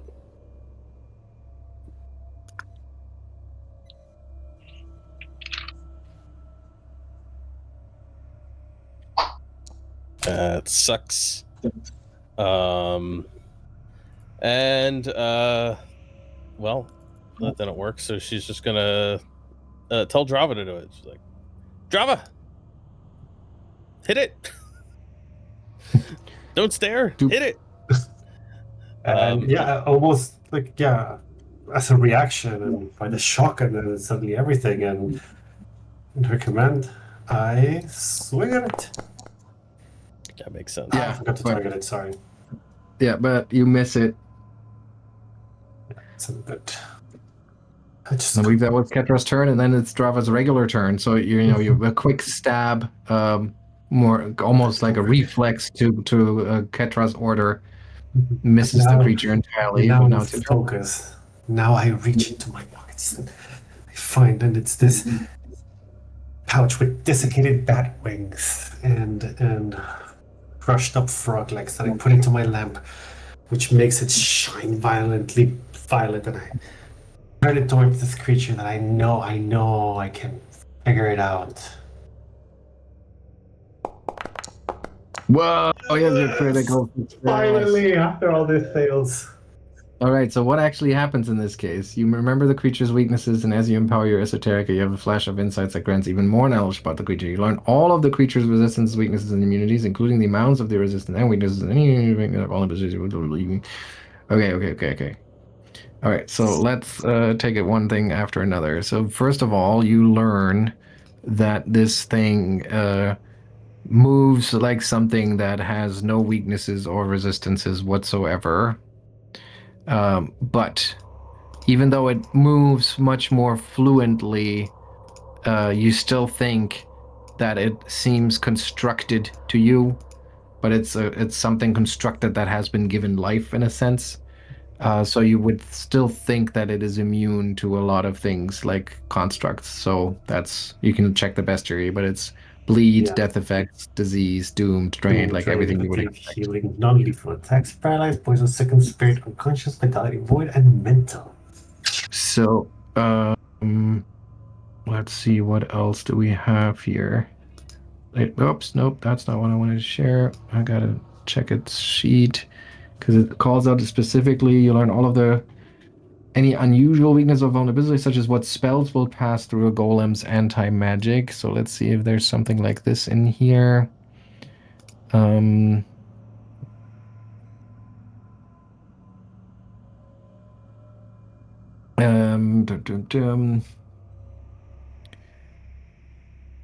guess that falls into that category. So you think that, given that it is carved to resemble the demon lord Haganti itself, you think that it is a divine warden of that demon lord, and as such, it would not be able to attack a creature that openly wears or displays the religious symbol of the Lord of Transformation, unless that creature uses a hostile action against the Divine Warden first. Unfortunately, that has already happened, so it doesn't really help you much to know this. But the creature's mortal weakness or personal antithesis. Yeah, it doesn't have a mortal weakness, but I have antithesis, so that gives me a nice bonus. Wait, isn't mortal weakness also something from you that comes from you? I don't know. I thought that was like because it has no weaknesses, right? Mortal weakness is you exploit the highest of its real ones, and personal antithesis is the one you create out of thin air. Yeah, but there's none to exploit because it has no weaknesses. Yep, so it would be just... If it had a weakness, then I could exploit that one, but since it has none, then I create a personal antithesis. Okay, yes. And since it's like this lord of transformation and misery, my blade is just full of levity and laughter as I swing through it with glee. Oh, I miss! Oh man. Okay. Because I stare at it and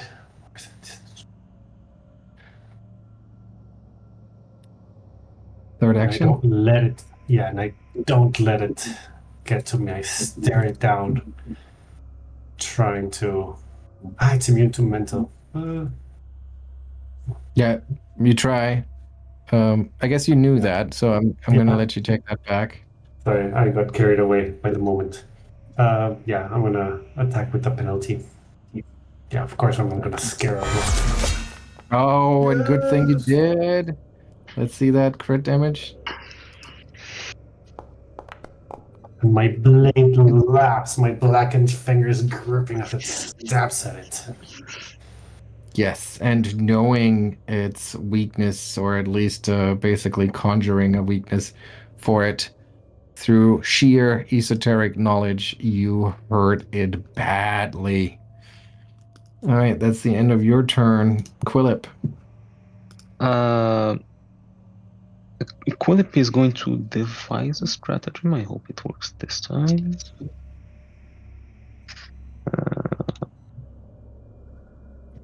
Oh, I need to target. That's why it didn't work. Right.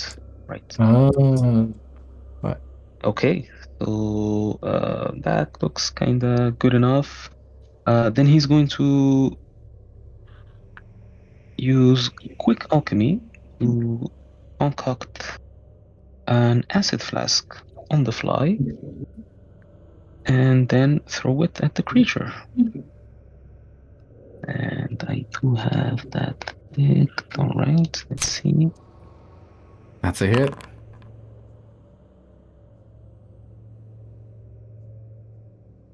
Okay, so it gets the regular damage and the splash damage. Yep. Correct?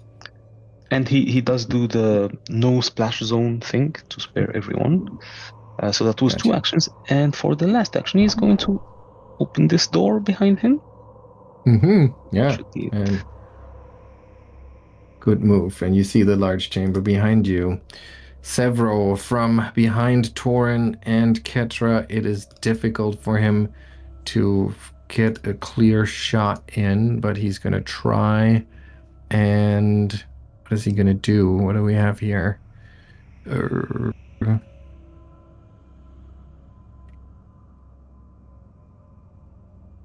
It's too cramped for his kinetic ram. Definitely don't want to enlarge anyone right now. So he's just going to send out a slashing gust. And he can target one creature here. And let's see. Critically hits. So that creature takes double damage. And that's Sevro's turn. Okay, then it's the creature's turn. And it has sprung to life here, climbed off of its plinth, and now it's looking around,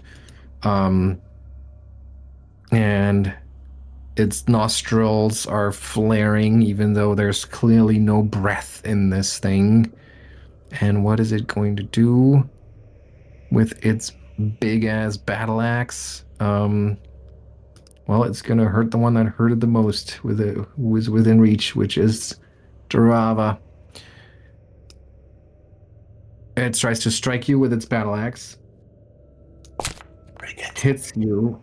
Oh, Almost crits you, but only almost. That's 11 points of damage. no, wow. And then it does so with like a sweeping movement hitting your legs, and then it tries to trip you using that swing. I gotta select it. There we go. Oh, but that's a crit failure. So you kind of. Yeah, the thing catches on the uneven ground and just kind of like.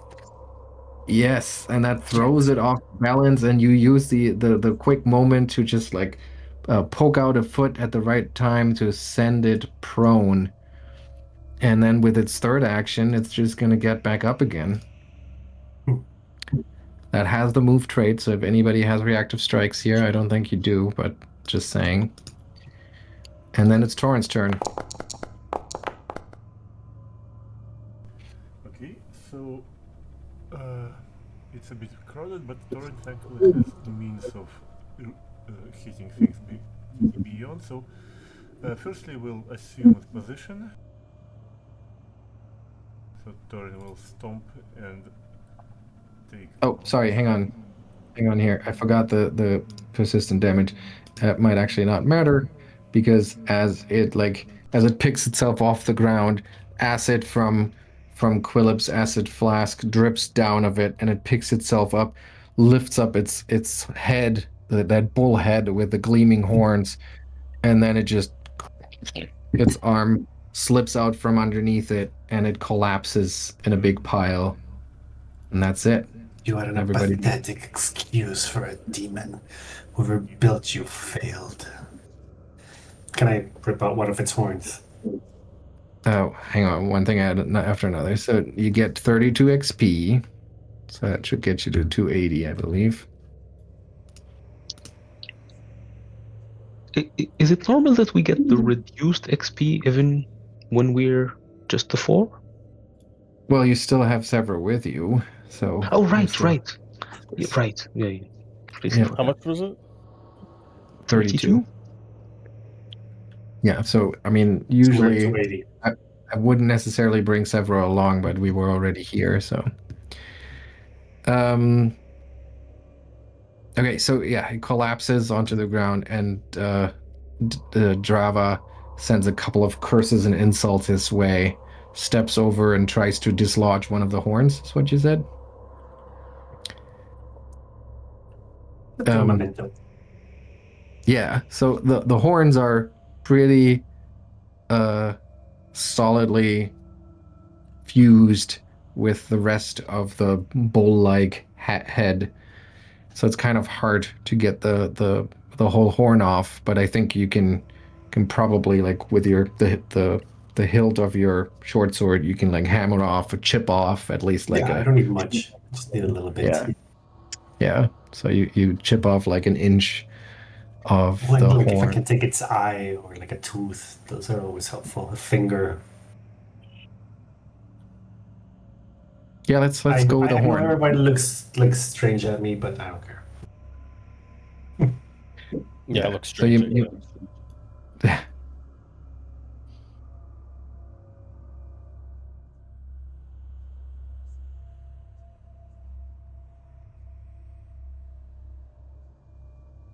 What do you do?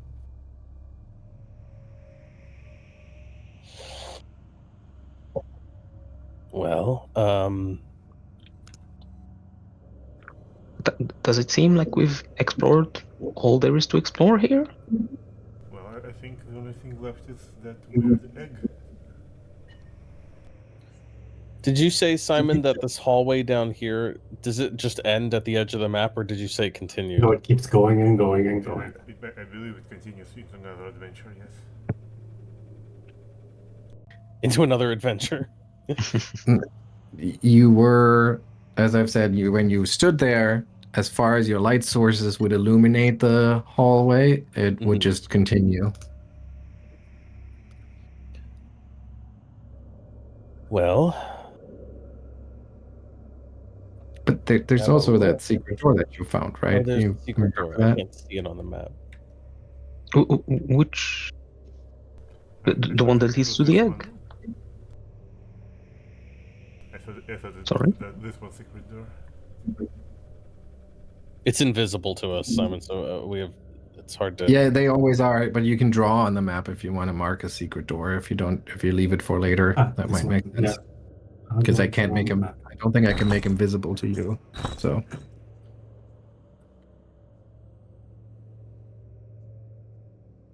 Well, then.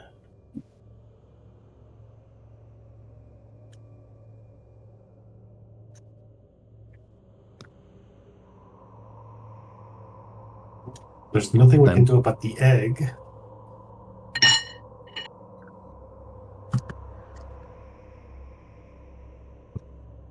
Should we continue?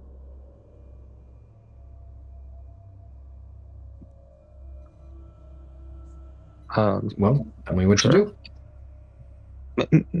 Maybe before we go, I can take a look at your wounds here for a minute. Fine. Just a scratch. Okay. Okay, and he'll actually start with Ketra, which seems to have taken a more serious blow. Yeah, I mean, that statue hit me.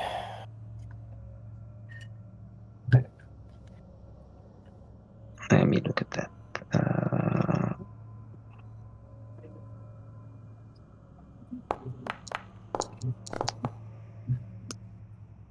I didn't. I guess I don't have the right bandages, but like you can take this. What do you mean the right bandages? You don't use the same thing for cuts and burns. So Oh, you only sorry. brought burn bandages? She shrugs and like looks at her bleeding arm. It's like, How do I? But I think I can just use it here. Yeah, just take this. Thanks. And then he'll try to treat Drava's Drava, yeah. Quillip, seriously, it's just a scratch. I've seen much worse. My mother's Yes, done much worse to me. scratches get infected. Well, speaking of infected, I actually have this goblin bite from the other time that is still fucking aches. All right. Well, if you want to keep going, I do appreciate it. Sorry, I'm used to being looked after.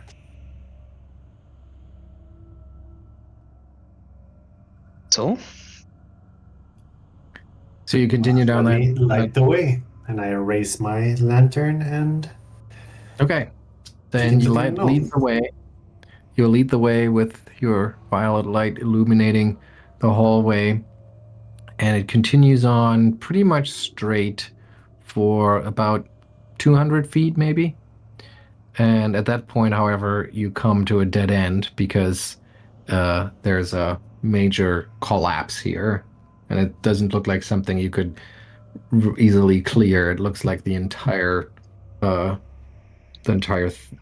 uh, uh, ground above it has just fallen in for who knows how far. Okay, this is most strange because we found demon statues at strange eggs, but no more goblins. No sign of who or what was trying to steal Noelia's bones. Wait, what? After, like, we found no more goblins. yes, Yeah. where did they come from? There Yeah. must be some other tunnel. You know that the goblins stole the bones. Yeah, That's- well, they stole the bones, but where did they come from? Why were, Yeah. like... And there was another goblin that wasn't mentioned that has never shown up. What was his name? I forgot the name. There was Chief Ripnugget, and there was Yeah. some No, another one. Like, wait until blah blah blah comes here. Glaucus, but we did fight that one. Yeah, he's the one we killed. Yeah, you're absolutely right. There has been no obvious other sign of how to or other way of getting in here. See, that's what makes no sense for me. So we backtrack through the tunnel, right? Mhm. Get Hold Thessalonian on. ruins and mysteries, but how does this connect to goblins trying to resurrect Noalia? I'm sorry. We did do the secret door, right? We did the secret door. You found a secret door, but you insist on not opening it. It's just standing Wait, there. I thought like, this was. I next thought to it was secret door. the secret door we opened. That was the one you opened, but you found Yours- two. One. Oh, Wow. Yeah. oh, I was not aware Drava, of that. you found it. I thought this was the one. I thought this was the one I found. Yeah, It was. Found Yes, both yeah. of them. I thought it was just one. Sorry. So is there a Right, secret well- door we haven't opened, like here? That's right. Well, Okay. Well, then. how do we open it if we can see it? Well, who Yeah. wants to open it? I mean, yeah, exactly. Someone try to open it, like feel around, press the bricks, try any of the keys. Fine. Who does it? Quillip will try. Okay. So you feel around. You have to like get on your tiptoes to like feel all your way around the outline of this door, but eventually your fingers catch onto something and you open it up and find what may very well be the strangest room that you've seen here so far.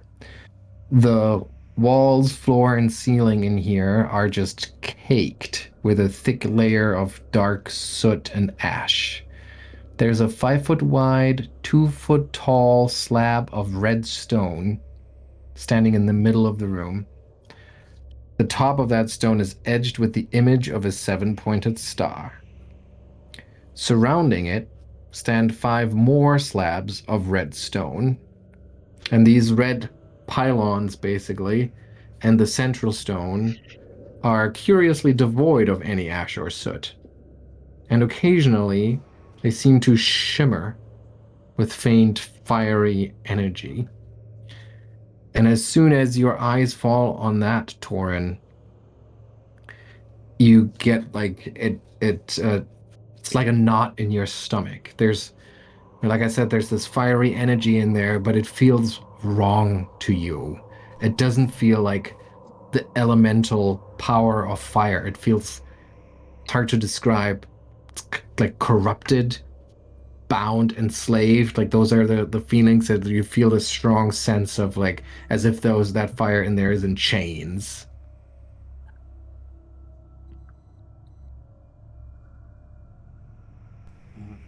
As as Quillip and Drava look inside, you feel from behind of you a source of heat activates.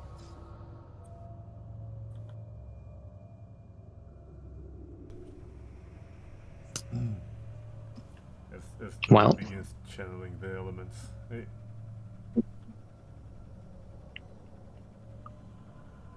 Yeah, and I would say that probably almost feels like a reflex, as if you're pushing back on something.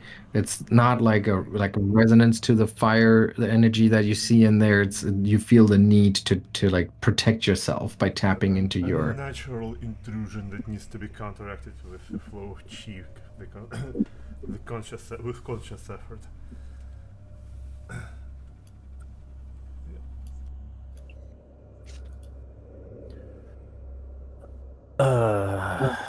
Before we step there, maybe Drava, you take a couple of these. Ketra. Yeah. Ketra, not me, right? Ketra, yes.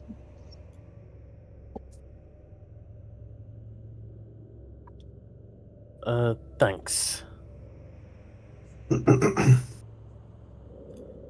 Yeah, that's better. She Quillip, do you need some light in there?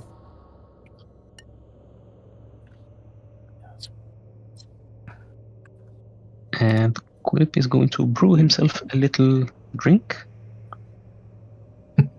Definitely the site that would want you to take a little drink. An eagle eye elixir. And then he's going to take a step into the room and Okay. inspect it. All right. So I guess you start pacing the room, looking at those pylons. What are the others doing? Are you waiting to see what happens, or are you I'm following? following with my lamp Okay. just to illuminate. Okay. I mean, Ketra's waiting for Toren. Okay. All right. Let's. You start moving around the room, and there's like, I mean, you noticed probably Toren tensing up. I don't know if you actually said something, or Toren, about that sense of. I don't think he said that. He just like almost burst on fire. like with an effort. So does do you actually burst into fire when you use the channel elements? Is that what happens? He doesn't literally burst in fire, but it is visible and very and palpable that his elemental aura. Okay. Okay, so everyone would, it's like a clearly visible to everyone that Toren like tenses up and there's this fiery aura that starts to run along his body, and you start exploring the room. And as you do so, the red stones start pulsing with an inner light. And as I've said, they're the only thing that seems to be untouched by the ash that coats everything in this chamber, so the light is clearly visible. And there are these three more or less distinct piles of ash as you notice, and some bones sticking out, kind of similar to the room next door. But then something shifts, and fragments of what may have been robes are spotted.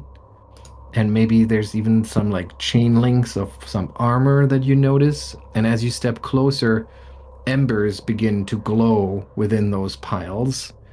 As first one, then another one, and then a third one. And then flames start licking up as if the little piles of have just gotten like a boost of air that would fan the flames.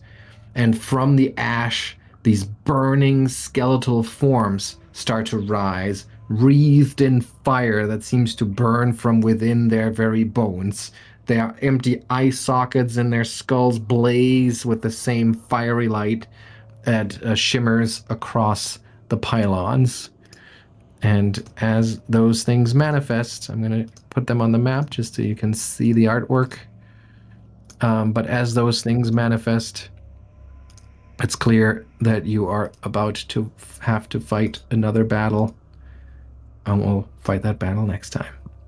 All right. Nice. Flaming skeletons. That's gonna be fun. Ooh, fun. Yes. Yes, and not just regular. I mean, they don't look like regular skeletons. They are like skeletal shapes, but it's more like humanoids that have caught on fire. That's what kind of Enveloped in flame. Yep. All right. Cool. Sorry for the